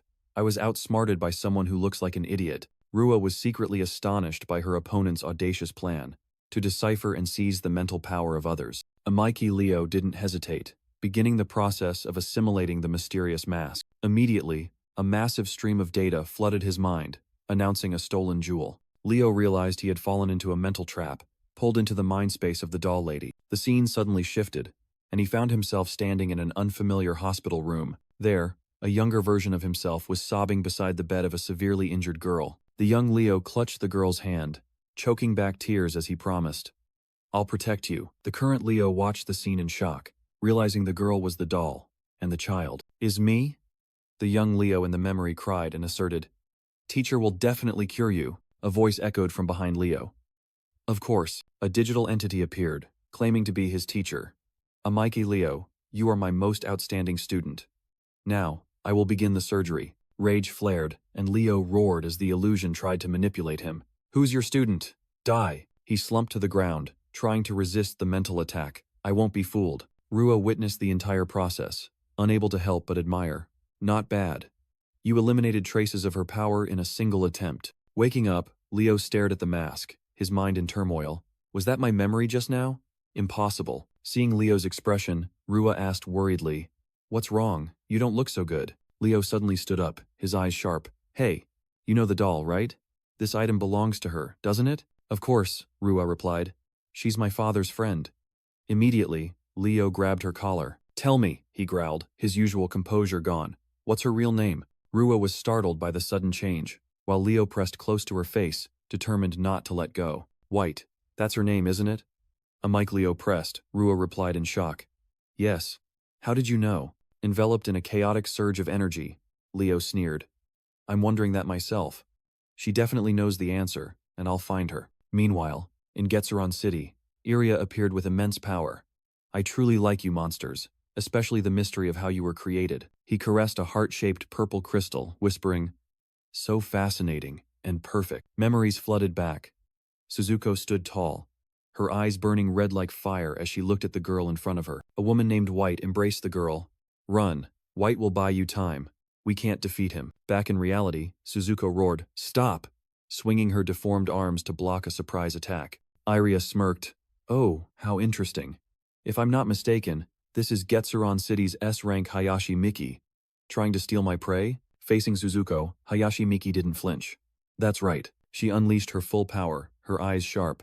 But you are the prey here. I'll tear you to shreds. Suzuko paused, her eyes flashing with suspicion as she caught a familiar scent from Miki. You. I know this scent. Which? Miki growled, just as I thought. This girl is Amaike Leo's daughter. Iria stepped forward, blocking the way, his voice full of challenge. Tear me to shreds? I'd like to see you try. Without another word, Miki roared die, and unleashed a destructive surge of energy. From another part of the ruined city, the werewolf and his subordinates watched in horror as the colossal energy orb exploded in the sky. The female wolf monster also shivered, her extra eyes popping open in terror. What the hell was that? Too bad. You fell into my trap, Iria whispered as he held Miki tightly, a barrier enveloping both of them. Void domain. This space nullifies all abilities. Completely restrained, Miki gnashed her teeth in hatred. You deliberately set a trap for me, you piece of trash, he merely sneered. My apologies. I just wanted to try out my new toy. In his palm, the crystal named Doll's Heart emitted an eerie glow. Iria aimed directly at Hayashi Miki, confidently saying, I hope this works on a high-level player like you. A surge of psychic energy enveloped Miki, her eyes turning blank as her consciousness was slowly stripped away. Restrained, Suzuko roared in despair. Release that witch. Iria sneered in response. Too late. Defeat that monster for me, doll number 1. Miki's eyes now glowed with an eerie purple light, a sign of complete control. Under her new master's command, she channeled her power, summoning 2 original magic circles. Green vines erupted from the ground, tightly coiling around Suzuko in the creative rebirth attack. Bound by countless thorny vines, the Dungeon Queen was unable to move. For a moment, the image of the doll lady from years past, similarly chained, flashed by. Back in reality, Suzuko could only face her fate, utterly helpless. Iria looked at the battlefield, then glanced at the leaderboard. Encountered 2 special targets and still only 4th place? He smirked. When my score surpasses Keeper, I'll leave. Hayashi Miki, finish them. Receiving the command, Miki poured all her magic power, preparing to unleash the final attack. Suzuko, still imprisoned, could only await the fated moment. But a roar echoed, "Not on my watch," and a massive energy orb appeared, blocking everything. Iria was stunned, unable to believe his eyes at this sudden intervention. Amidst the smoke and dust, a mysterious figure with green hair stood there. "Your target is Suzuko, isn't it?" He held out his hand, declaring, "Sorry, but you'll have to give her back." Spirit shock. A terrifying green energy blast shot straight into Iria's barrier, repelling both him and his puppet. Iria exclaimed in horror, "He's just a measly F rank. What is this power?" The green energy attack swept across the battlefield, knocking Hayashi Miki away. Amidst the ruins, the mysterious green-haired player gently caught her unconscious body. Freed. Suzuko looked at the young man with glowing red eyes, exclaiming in astonishment, "Dad?" Just then, Rua appeared with a radiant red aura, cheerfully calling, "Big Sister Suzuko Tilda." The red-haired girl quickly used her power to shatter the remaining tentacles, introducing herself as Dad's friend. Painful memories flooded back. Suzuko screamed as she witnessed the heart of the woman named White being stolen. The green-haired player clenched his fist, determined. "I still have so many questions for her." Suddenly, a stranger appeared, scoffing, "A measly F rank, yet faster than even me." He was astonished to see his opponent still standing after the preemptive attack. "Who exactly are you?" The gray-haired man activated nullification field, creating an absolute defensive barrier. He smirked, confident that all close-range attacks would be completely nullified. To his surprise, the green-haired young man created countless clones, shattering the barrier with pure brute force. The gray-haired man screamed in horror as his arm was severely injured. "He broke my field?" Giving his opponent no time to recover, the green-haired player struck a thunderous blow from above. From afar, Iria smiled mysteriously, revealing the identity of the defeated foe. S-rank master, Luxter. He stepped forward, mocking the fallen Luxter. "You're known as Mr. Item," but Luxter struggled to his feet, roaring. "This isn't over." His body erupted with fierce blue energy. The system announced, "Core detonation initiated." With a crazed smile, he yelled, "I have self-destruct capabilities. I'll drag all of you down with me." Iria's subordinates cried out in panic, urging their master, "Lord, retreat quickly!" Facing the desperate threat, the green-haired young man merely smirked. "Self-destruct, huh?" Immediately, the system announced the detonation was aborted as the green energy began the spirit corruption process on Luxter. "Did I give you permission?" An icy voice echoed, completely overwhelming the defeated foe. Luxter could only scream in agony as the demonic energy cruelly punished his soul. A colossal pillar of green energy erupted, ending the confrontation in destruction. Meanwhile, Iria coldly handed the unconscious Hayashi Miki to the werewolf. "Werewolf, she's yours." He looked at the purple crystal in his hand, whispering to Suzuko's memory, "It's all right. I have her heart now." Elsewhere, Iria carried the dying doll lady, resolute. "I can't let her die." He didn't hesitate to press the crystal into her chest, beginning a painful grafting process. Cracks spread across the girl's skin, signaling a horrifying transformation underway. Back on the battlefield, Suzuko, in the form of a little girl, hugged Ameki Leo. "Thank you, Dad. Can we go eat now?" Leo seriously turned to Rua. "Rua, I need to talk to you. I want to ask you to look after Suzuko for a while," he said with a resolute gaze. Suddenly, a surge of green energy erupted from Leo. Rua watched in horror as he was consumed by his own power. The system announced his spirit corruption level had soared to 50, simultaneously revealing the Blood Hunt event leaderboard. The limited-time event officially ended, and the entire dungeon space began to shatter into glowing red fragments. Amidst the chaos, the final announcement echoed, "Winner, Keeper, congratulations." A blue vortex appeared in the sky, signaling the completion of the limited-time event and the start of data collection. The werewolf looked up at the data blocks regenerating the world, muttering, "The dungeon is being restored." His knight army stood silently, watching the ruined space gradually return to normal. Amidst the data fragments, a blonde woman named White lay slumped, her body slowly fading away. Rua rushed to support her, exclaiming in shock, "White and Suzuko." She was stunned to realize that all these people shared a mysterious connection. Meanwhile, in another part of the city, Suzuko, in the form of a little girl, was with a strange man, wondering, could it be he's really connected to Dad? From above, another group of players spotted them. A brown-haired guy sneered, "Look, it's those dungeon brats. Good riddance." He and his companions revealed their intentions, declaring, "We are profiteering fishermen. It's time to collect our spoils." A blazing red magic circle activated, firing a destructive energy beam straight down. Facing the danger, Suzuko gently put a mask on the man. "This is your mask. Is it better now?" Sensing the deadly power, Rua, from a distance, was also startled and terrified. Immediately, Suzuko's mouth distorted, revealing the sharp fangs of a demon. The little girl transformed into a black-haired monster with countless arms, roaring furiously. "Get out of my way!" Witnessing the horrifying sight, Rua could only scream in despair. "Sister?" The attackers froze. "Huh? It's a monster. I thought the dungeon had been cleared?" A crimson pillar of energy from the monster Suzuko descended, blowing away the ground. In another blonde form, Suzuko screamed in her mind, "Dad's hurt again. I'll take care of Dad."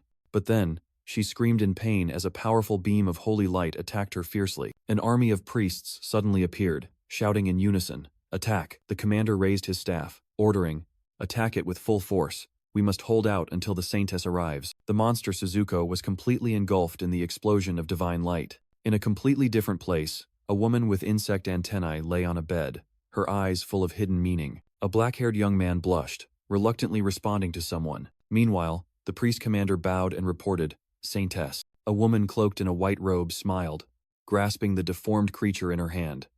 "As expected, I've found Suzuko." Amidst the hazy space, a familiar voice echoed, calling out Leo. Leo slowly opened his eyes, trying to make out the figure calling him. A blonde girl rushed to hug him, overjoyed. "Thank goodness, you're okay." Leo pushed her away in shock, his mind blank. "What the? You are?" The girl anxiously introduced herself, hoping he would remember. "It's me, White." Leo pressed his forehead against hers, his face a mix of concern and confusion. "Do you have a fever? Do you want to rest for a bit?" He awkwardly pulled his hand back, patting White's head. "I'm fine. Sorry for making you worry." But as he turned away, Leo's thoughts were contradictory. If this is the doll's memory, she shouldn't know her own name, but she does. White watched his retreating back, realizing the truth in astonishment. "So, this is my own memory?" Leo crouched down, painful fragments of the past flooded back. Did I turn White into a monster? Why does she call that monster god Sensei? White's desperate call pulled him out of his thoughts. "Leo." She looked up from the grass, her eyes hurt. "We're friends, aren't we? Why are you avoiding me?" Leo smiled gently, turning back to reassure the girl. "Of course we're friends." Suddenly, his gaze fell on White's legs, and a chilling truth emerged. "She can't walk?" He offered his back to her, suggesting, "Let me carry you, so you don't get your clothes dirty," secretly thinking this was an opportunity to learn more. Carrying White on his back, Leo teased, "You're really heavy, Tilda, only to receive a weak retort. I don't eat that much." Suddenly, White asked a loaded question. "If I lost my memory, and no longer knew who I was, what would you do?" White asserted, "I'll help you remember. I'll even ask Sensei for help." With absolute conviction, the little girl affirmed, because Sensei can do anything, making Leo curiously ask, what kind of person is Sensei? Just the name Sensei echoed, and a ghostly shadow immediately enveloped Leo. He realized his memories were problematic, as a terrifying monster illusion whispered in his ear. A thought suddenly flashed. The monster god is affecting everyone connected to him. Leo realized in horror that even White's image in his mind was being distorted, and he himself was no exception. Meanwhile, at a high-tech facility, an alarm blared from one of the containment cells. A purple-haired young man woke up from a nightmare, realizing he was imprisoned. Trapped in the containment cell, he desperately thought that both he and Suzuko had been captured, and this was the end. But then he told himself, that was for my old self. Before an earth-shattering explosion shattered the cell, a figure burst out from the smoke, roaring. But now, the purple-haired young man appeared with glowing eyes, declaring, "I am no longer who I once was." Two security guards hadn't even grasped what was happening when he lunged at them. In the blink of an eye, both were taken down by overwhelming power. Standing over the guards, he recognized their uniforms. These are the cooperative's uniforms. Strange, bloodshot eyes appeared on his cheeks. He muttered, "What a pain. I have to get out of here." Disguised as an employee, he overheard a news report about Getsuron City. Unique monsters had been captured, and a saintess was overseeing the area. Two managers discussed. Rumor has it she's here to observe a certain unique monster. He froze, worried. Unique monster? Could it be Suzuko? Damn it, Rua. Couldn't you have watched her more carefully? Suddenly, the area-wide alarm blared, and he panicked. Damn it, they found out I escaped. I have to get out of here. While fleeing, Leo suddenly sensed a familiar presence. This feeling. Suzuko? He frowned in annoyance. With my current state of corruption, I can't even view Suzuko's status window. At the same time, a heavily armed security team was frantically searching the corridors. Leo smirked, thinking to himself, coming to catch me? How diligent. You can search all you want, I'm out of here. His figure quickly slipped into an open elevator. Inside, he decided, I have a clue about Suzuko's location. I'll go find her. At worst, I'll just destroy this place. An ominous green aura began to emanate from his body as the elevator moved. He speculated about the worst-case scenario. They've probably captured Suzuko for research.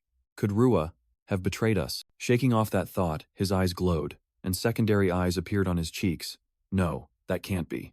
If they dare touch a single hair on Suzuko's head. Stepping out into the monster containment area, he growled, I'll make them pay. He strode through the silent corridor, surprised by the lack of security or monsters. Have they all been killed? Suddenly, he realized the spiritual energy he had sensed earlier had vanished. Don't tell me Suzuko is also. He clicked his tongue, his expression hardening with anger and worry. Looking into a cell, he froze at the unbelievable sight. What the hell? Inside, a robed woman was lifting the chin of a shrunken Suzuko. Huh. Suzuko? Amike Leo's entire body turned to stone, his face contorted in extreme horror. Through the glass, he helplessly watched the Saintess enticing Suzuko with food. She's luring her with tasty treats. Suzuko obediently ate the food she was given, looking completely harmless. But then she looked up sharply, recognized a familiar face, and joyfully called out, Dad? Suzuko suddenly rushed towards Amike Leo, who was taken aback. She hugged him tightly, joyfully shouting, Dad! Just then, the rapid footsteps of the security team echoed. Heavily armed forces quickly swarmed into the corridor. They immediately surrounded the two. Amike Leo, thinking to himself, so that's it. He coldly realized, it's a trap, huh? From the end of the corridor, a sarcastic voice spoke. What a touching reunion. The Saintess stepped out, assessing. You seem to possess incredible power, able to tame even an A-rank monster. Amike Leo smirked in response. You flatter me. While Suzuko innocently asked, Dad? The Saintess smiled and ordered, come here. I have a few things I want to ask you. Well, you don't have the right to refuse anyway, she added. But he only replied with a challenging question. Is that so? She was one of the 5 saints, humanity's ultimate weapon chosen by the world after the Heaven's Descent event. He deduced that their purpose in capturing Suzuko must be to find the whereabouts of the monster god. In another room, he sat opposite her, asking directly, Saintess, what exactly do you want? The Saintess replied with a relaxed expression. Oh, don't look at me like that. We're just going to talk a little. She turned to entice. Suzuko, there's delicious food in the other room. Go on over. And the girl obediently complied. But before leaving, Suzuko suddenly stopped, pulled up her shirt to reveal a giant mouth on her stomach. Wait. Before that, Amike Leo froze, realizing a horrifying truth. It's obeying the Saintess's command. He looked at her with a bewildered gaze, wondering, what exactly is it? The Saintess smiled powerfully, reassuring him, I won't eat you. Relax. Suddenly, Suzuko cheered happily upon finding a mask. Found it, Dad's mask. The girl carefully placed the perfectly fitting mask on Amike Leo, causing his eyes to glow with a strange green light. After that, Suzuko obediently waved goodbye and left, leaving him stunned. As soon as Suzuko left, the Saintess approached from behind, her voice full of hidden meaning. Why did you turn her into a monster? Her red-gloved hand gripped his chin, challenging. I wonder how long your composure will last. She uttered a deadly threat, asserting that Suzuko would not resist at all if he were killed. Gritting his teeth, Amike Leo growled a command. Let go. When the Saintess refused, a surge of dark green energy erupted from him. Then I have my own way. The Saintess's hand was immediately corroded, and she exclaimed in surprise, My hand is being corrupted? Amike Leo leaned back, removed his mask, and exposed. Stop playing games. If you wanted to kill me, I'd already be dead. In response, her corrupted hand merely flicked his forehead playfully. While rubbing his head, he listened as she rattled off his titles. And finally his name. The Gravekeeper, Amike Leo-kun. The Saintess looked at her hand, analyzing sharply. Your soul corruption has deepened. An interesting method. A brilliant golden light emanated from her hand, easily purifying the dark energy completely. Amike Leo was stunned, a horrifying thought echoing in his mind. The Saintesses are truly terrifying. She began to recount his entire past, from the orphanage, his escape, to becoming a dungeon guide. Every step of Leo's tragic past was laid bare, and the Saintess concluded, luck and misfortune always go hand in hand. Completely subdued, Amike Leo could only admit, as expected from one of the 5 great saints. Amike Leo thought to himself, the Saintess is rumored to be able to control fate. Moran. No wonder Suzuko obeys her. He guessed she had seen through Suzuko's past, even knowing about her biological father, the monster god. The saintess smiled mysteriously. That was your past fate. But what is my purpose in calling you here? She offered an enticing proposal. Don't you want to change your fate? Join the collective and work under me. A magic heart appeared as she continued to entice him. This is a life-changing opportunity, and there are many privileges too. Amike Leo coldly replied. I'll pass. A shiver running down his spine as he almost gave in. He scoffed, I have no interest in being a lackey, nor am I suited to serve someone as noble as you. Moran raised an eyebrow, playing her trump card. Why refuse? Don't you want to know how to remove soul corruption? Leo paused for a moment. The offer had clearly hit his weak spot, but then he calmly explained a cruel method he already knew, transferring the corruption to others, asserting it was useless on him. He described the horror of the curse. Even mild cases are enough to drive people mad, and severe ones only lead to death. The saintess was stunned by his profound knowledge, speechless. This kid, she made up her mind. He knows too much. I must keep him by my side at all costs. Seizing the opportunity, Leo sneered. Huh? You didn't know that? Making Moran awkwardly deny. Of course I did. Is that so? Well, I'm leaving, Leo said, turning on his heel, but a golden energy source flared up from beneath the saintess's feet. Chains of light suddenly shot out, tightly wrapping around the young man's body. Bound tightly, Leo roared in helplessness. What the hell are you doing? Moran crossed her arms, declaring her authority. You cannot leave unless I permit it. Holy Seal, join the cooperative. This is for your own good. Your condition is too dangerous, she asserted, even as Leo could only respond with contemptuous silence. Amike Leo countered the coercion with a cold question. And, what if I don't want to? He unleashed a massive surge of spiritual energy, breaking the restraint. Moran exclaimed in astonishment. I've never seen spiritual power this dense. His control is truly remarkable, Amike Leo smirked, admitting. Well, it hurts like hell. Then he raised his hand, and an army of robots appeared from thin air. All right, shall we begin? Moran didn't flinch. Instead, she was amused. Summoning. No, these are real monsters. You're getting more interesting, Amike Leo. She raised a finger, proposing a ceasefire. Calm down. I don't want to fight. Instead, let's make a deal. Amike Leo looked interested. Oh? A deal, huh? You should have done that from the start. Moran made the first offer. First, for the Black Forest dungeon you cleared, I'll give you 20% of the items as a reward, she continued, pointing at Suzuko's image on the screen. Second, the cooperative will provide for her, on the condition that you join. Amike Leo pondered. The benefit of providing for Suzuko was undeniable, but he quickly dismissed it. I hate being a pawn, I get it. It's all about controlling us. If I went to another organization, they would surely treat me like a VIP, with no strings attached, he confidently declared. Moran sneered, reminding him, this kid is hard to fool. Have you forgotten where you are? In response to the threat, one of Leo's robots punched the ground hard. Saintess, please don't test me. Amike Leo looked directly into her eyes, his gaze sharp. If I truly wanted to leave, I don't believe you alone could stop me. Moran smiled, changing tactics. So, do you have any conditions to propose? He immediately played his trump card. Do you know about the god of monsters? Moran replied. I'm looking for him too. Amike Leo extended his hand, proposing an alliance. Since we share the same goal, I can cooperate with you. Amike Leo boldly stated his conditions. I will join in name only, but I won't take orders from them, in exchange for information about the god of monsters. Moran smiled meaningfully. You've convinced me, but I have to keep an eye on you. That's a request from my superiors. She pointed, declaring, I will personally supervise you, and outwardly, you will be my student. Amike Leo calculated that a legitimate identity would make it easier to act, then nodded. Sounds acceptable. Moran unexpectedly put an arm around his shoulder, her tone mischievous. And we'll have to cooperate on spiritual corruption experiments too. Sensei will protect you, okay? Seeing her new student's confusion, she instructed, now go take your professional aptitude test. You'll need certification. He turned and walked away, not forgetting to instruct, take care of Suzuko, and received a confident reply. Leave it to Sensei. Amike Leo looked back with a provocative smile, testing her. Are you sure I'll come back for Suzuko? I could just run away. Moran retorted sharply, revealing her cruel contingency plan if he dared to betray her. The purple-haired young man silently strode alone down the long corridor of the facility. At the same time, Mayor Fujinami rushed into the room, pressing, Saintess, Sama, have you convinced that boy yet? He explained anxiously. That's obvious. He's the talent we've been searching for. Memories of Amike Leo commanding an army of robot monsters, preventing the destruction caused by other players, came back to him. The mayor emphasized the potential danger.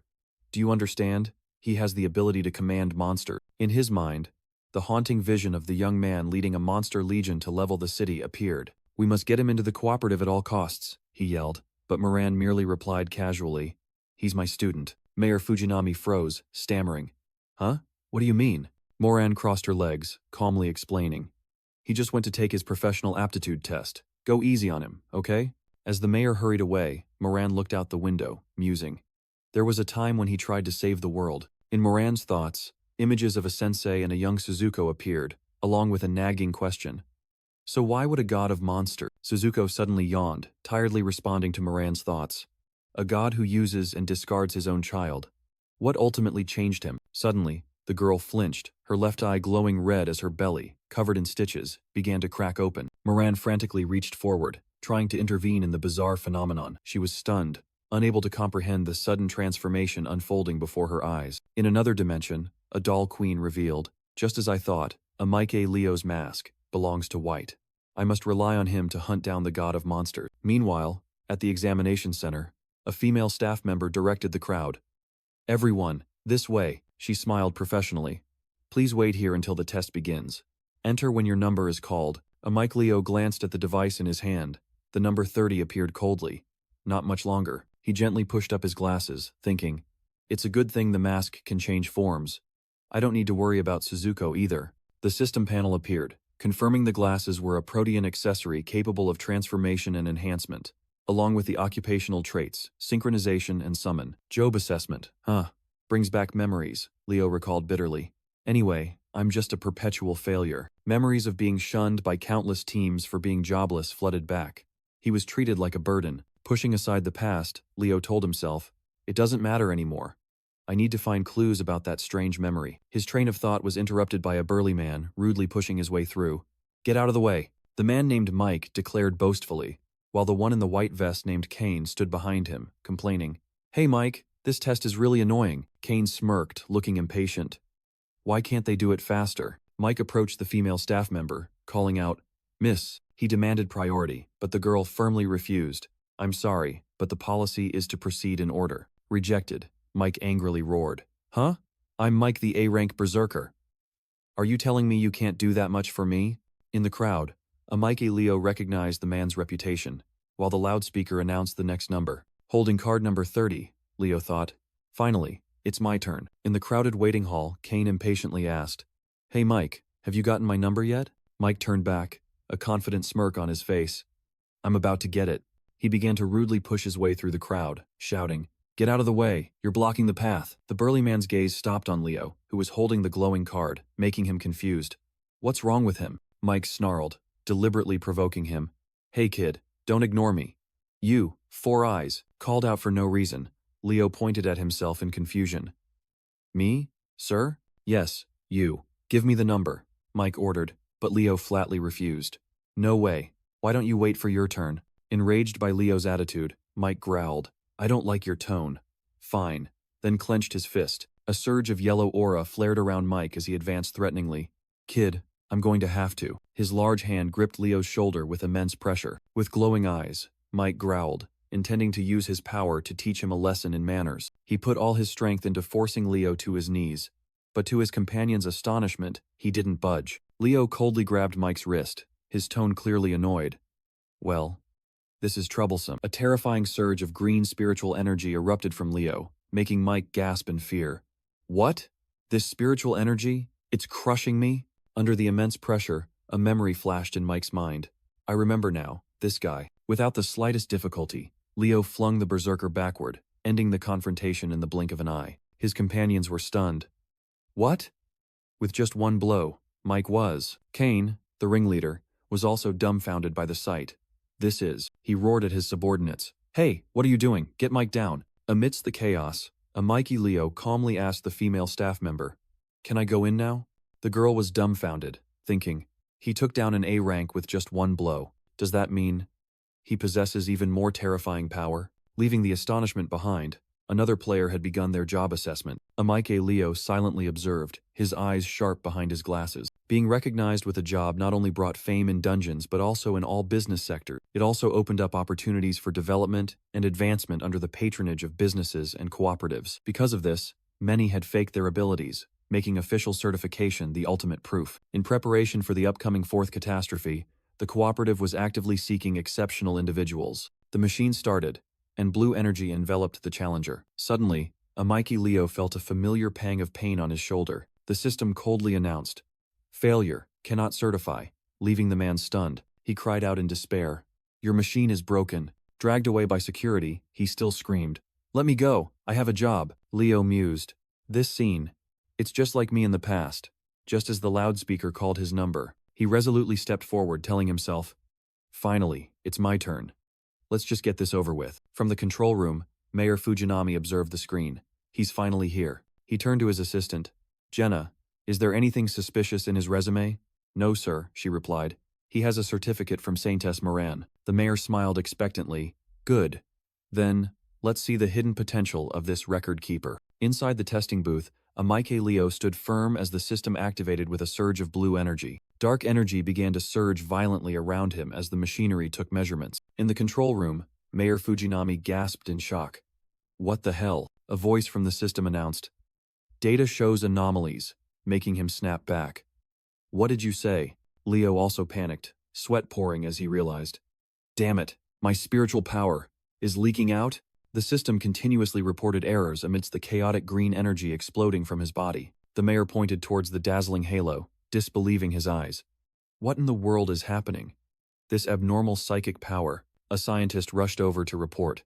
"Mayor Fujinami, the measurement results are in. He's an F rank." "Absurd," he roared. "Are you kidding me?" "We also have his ability analysis chart," the scientist said. Mayor Fujinami snatched the datasheet. "Let me see," he muttered as he read the results, an image of Hayashi Miki appearing in his mind.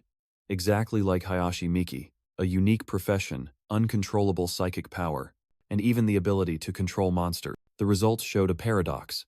The owner of a unique profession, F rank, yet all stats were abnormal, and psychic power was infinite. Mayor Fujinami turned to his assistant and asked, "Among the registered professions, what is the limit for monster summoning?" "An immortal mage can summon about a dozen," Jenna replied. She further explained with an illustration. "However, immortal monsters can only follow simple commands. It's difficult to control them completely. There are also summoners and beast tamers, but their growth rate is very slow." "So, according to you," he asked, "who can control an A-rank boss like Suzuko?" Jenna mused. "Currently, I can only think of one person, Hayashi Miki, S+ rank. Suzuko's power is immeasurable," she concluded. "But it is a monster that has attracted the attention of a saint." In the control room, Mayor Fujinami mused. "Someone who can tame monsters. It makes sense for her to take him as a disciple." Assistant Jenna, confused, suggested, "Should we remeasure? Or just record him as F rank?" "Remeasuring is useless," Fujinami stated decisively. "Using my authority, record him as X rank." He explained to the astonished female assistant. "That is the designation for unique, unpredictable monsters, and he is precisely such an entity." The mayor broke out in a cold sweat as he listed.